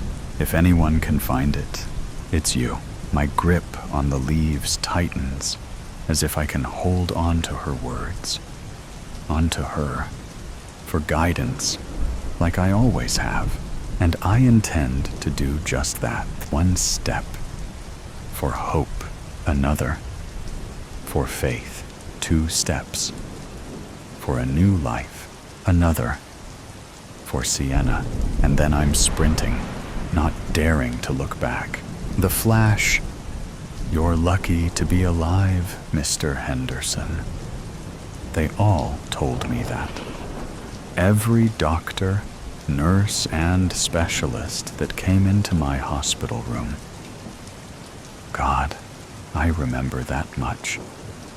And they weren't wrong. I had flew right out of the windshield of my buddy Dave's car. I hardly remember the night or the accident, but I know we had been drinking, and he was driving. We crashed into another driver at an intersection. No one else survived. I remember waking up the next morning to the beeping of a heart monitor. I remember the look on my wife Rachel's face, her eyes swollen and red from crying, and her telling me over and over again how she thought she was going to lose me. She wasn't in the car with us, and I was thankful for that, because that's the day she told me she was pregnant with our first. I truly was lucky to be alive, and I swore up and down to her that day that I was going to be the husband she deserved. We had hardly been married a year at that point, and I had already messed up so much. But that day, I changed.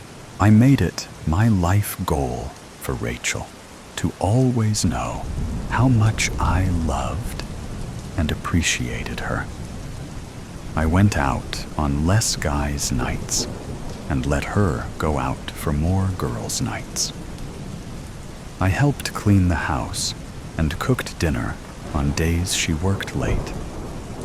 When our second child was born, I took time off work to be with her and help her. When a promotion for her meant more hours, I quit my job to stay home with the kids while she built her career. And I loved every minute of it. Watching the kids grow up into people gave me so much joy. I knew how lucky I was. But when Rachel would come home after a long day to a hot meal waiting on the table for her, and hearing her say, "How did I get so lucky, Sean?" Nothing beats that. My family meant the world to me, and anything I could do to make their lives better made me happy. When the kids, Leah and Robbie, got a bit older, and both were in elementary school, I decided it was time for me to go back to work. I took a job in construction, building things with my hands. Work I could be proud of. It paid off, too, because over the years, I was able to renovate our own home. It was a slow process, doing it myself, one room at a time. At one point, I was sure Rachel was going to divorce me. When the back patio project took a bit longer than I had anticipated and left us without a back door for a couple weeks. But she sure has enjoyed the backyard since then. Their smiles were all I needed to keep going with these projects. Leah got her own ensuite bathroom for Robbie, a gaming den in the basement, and Rachel had her dream kitchen. 10 years after we bought the house, it looked completely different. I was proud of the life, the family, and the home I had built. I truly was the luckiest man alive, or so I thought, until the headaches started. The first one happened one evening when I was making dinner. It was just Robbie and I home. Rachel was working late, and Leah was at rehearsals for her high school's play. I was making my famous coq au vin, a dish that took a while to prepare, since I had the extra time. Robbie was sitting at the island doing his homework, so he had to witness the whole thing. I had turned on the oven light so I could take a peek inside, which I guess triggered it. I remember thinking the light was so bright, brighter than usual. And then, nothing. I blacked out. It was only for a couple minutes, but it was enough to spook poor Robbie. I could hear him shouting, "Dad! Dad!" I got up off the floor and reassured him that I was okay. Later, during dinner, when we were discussing what had happened, I could see that Rachel was concerned. She wanted me to go see the doctor, but I insisted I was fine. She made the kids, and I promised that if this ever happened again, we'd call an ambulance, or at least make a doctor's appointment. The second time it happened, it was maybe about 6 weeks later. I was at a job site, and a coworker turned on a floodlight. I could see it getting brighter, and this time I heard a blaring noise, but couldn't make out where it was coming from. Everything went black, and I could hear him shouting my name. He told me I was out for only around 5 or 10 minutes. Again, I insisted I was fine, but my boss gave the rest of the day off anyway and told me to take the following day, too, if I needed it. Not wanting to worry Rachel, I chose not to tell her about it. And like an idiot, I didn't make a doctor's appointment. I went to work the next day and felt great. It was a few months before it happened again. And this time, I couldn't hide it from Rachel, because she was there when it happened. It was late. The kids were in bed, and Rachel and I were in the living room. We had just finished watching a movie, and she got up to turn on the lamp. I could hear her talking about the movie, but I was fixated by the light. It got brighter, and I was trying to figure out if it had just moved, or if it was my imagination when the noise started. "What is that noise?" I tried to ask her, but I don't know if all the words came out before it all went black again. When I came back to, Rachel was already on the phone with an ambulance dispatcher.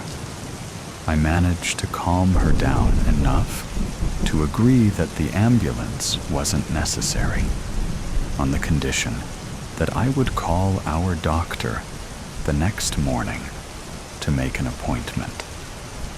Luckily, the dispatcher was on my side, or else I don't think she would have went for it.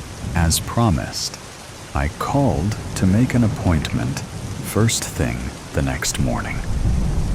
It was scheduled for less than a week away, but I didn't make it until then, before it happened for the last time. All I remember is waking up in the middle of the road and not being able to see anything except bright headlights from a car.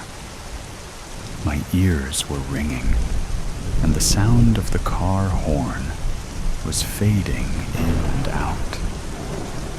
I think I heard an ambulance siren and someone calling my name before blacking out again, but it was hard to be sure. When I woke up again, I was in a hospital bed. There was a woman sitting in a chair who looked angry, or maybe annoyed, and it wasn't until she spoke that I even realized it was Rachel. She looked different. Her hair was darker and shorter. I thought I must have been in a coma for a while, and she let her roots grow in. "Welcome back," she told me, but her welcome didn't sound warm. I asked her if I had been in a coma, and she laughed a little before quickly suppressing it. "No, Sean, you were not in a coma." "Ah, Mr. Henderson, there you are." A nurse bustled into the room. "I hope you'll stay with us this time." "What?" I looked at Rachel, who just stared at me, emotionless. "You've been in and out, mostly out, of consciousness for a few hours now," the nurse explained. "Your wife is a lucky lady to still have you here. The luckiest girl alive," Rachel responded, deadpanned. The nurse didn't seem to notice Rachel's lack of enthusiasm and went on to tell me that there were no broken bones or anything major beyond some bruising, and I could likely go home the following morning. Going home is when things really started to not make sense. For one, none of the renovations were done.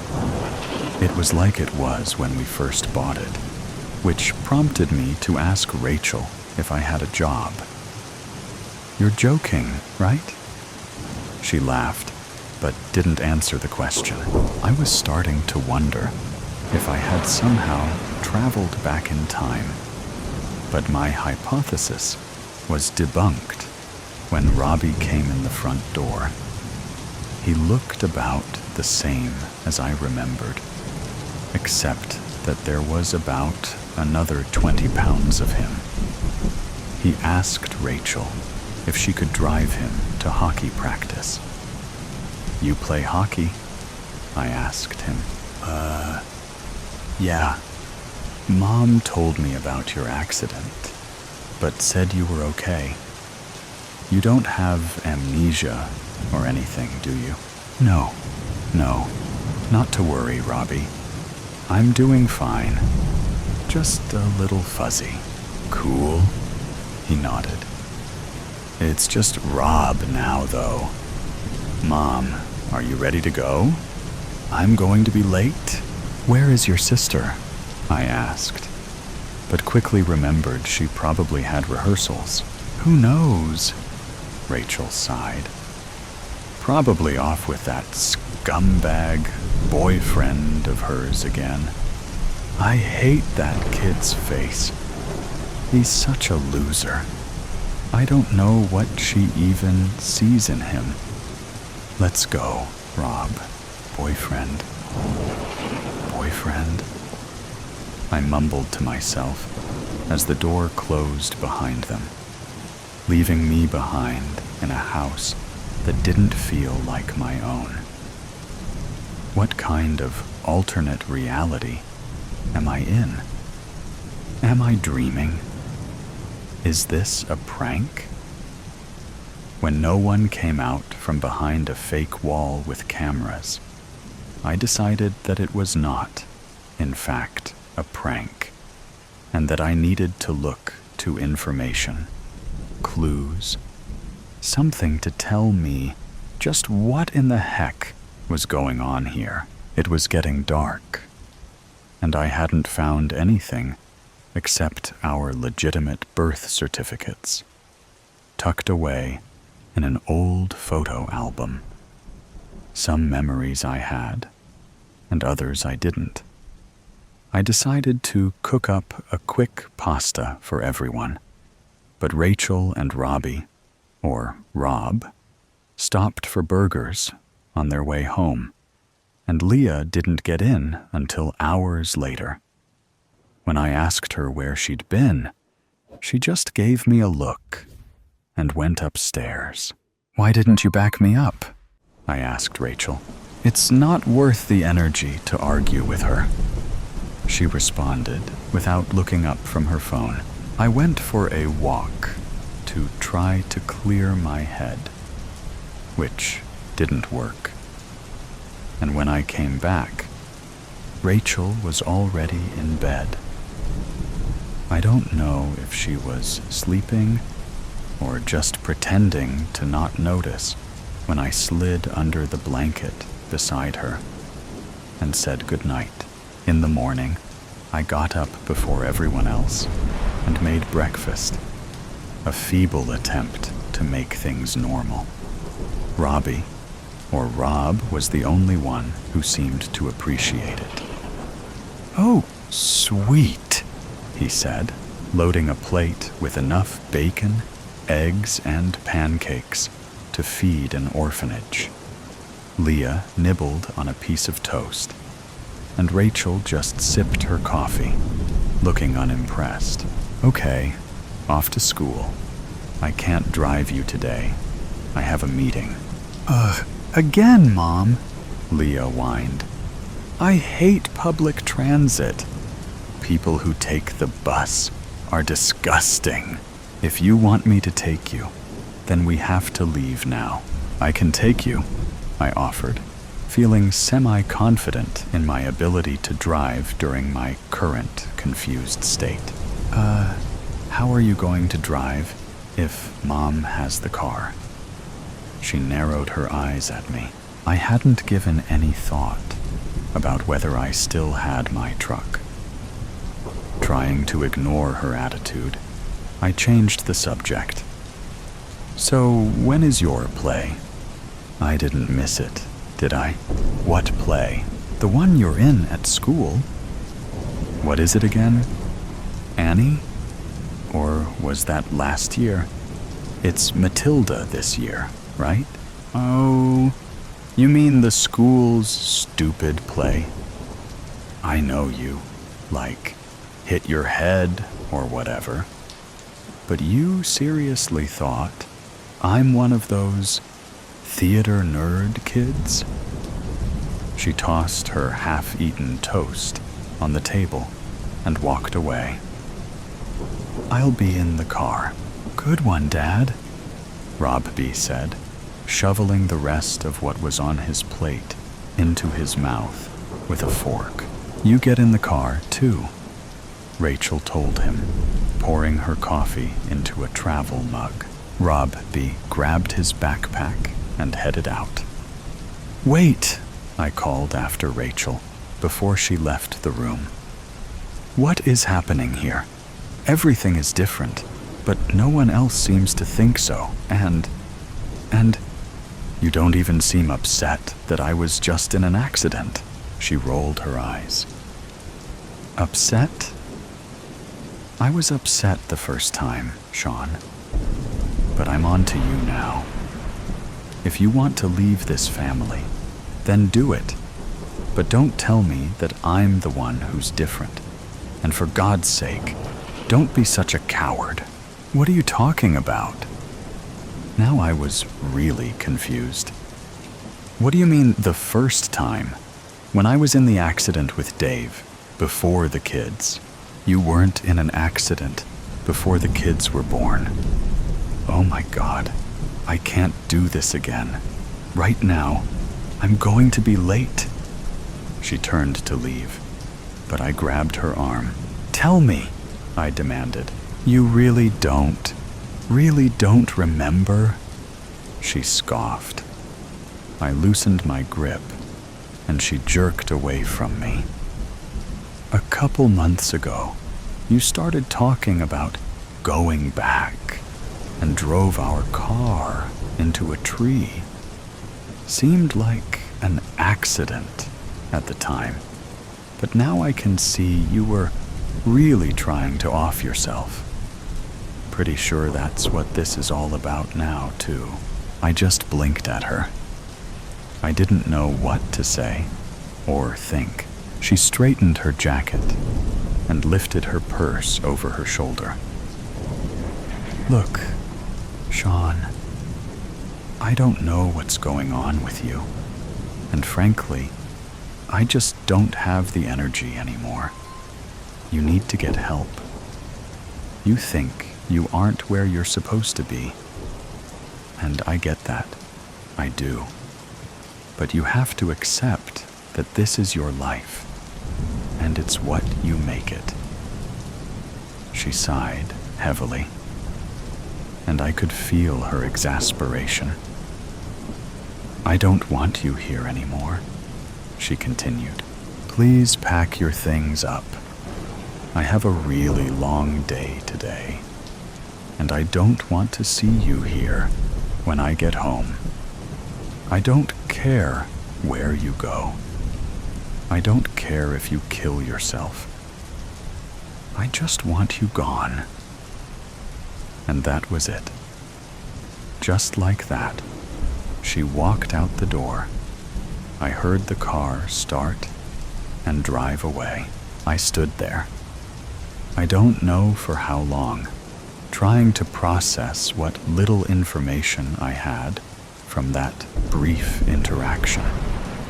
I couldn't make heads or tails of any of it, but I knew one thing for certain. I had to get back to Rachel, and my family. So today's story has come to an end. Or perhaps it never really ended. There are mysteries still there, questions still unanswered, and sometimes things that seem to only exist in stories can creep into reality in unexpected ways.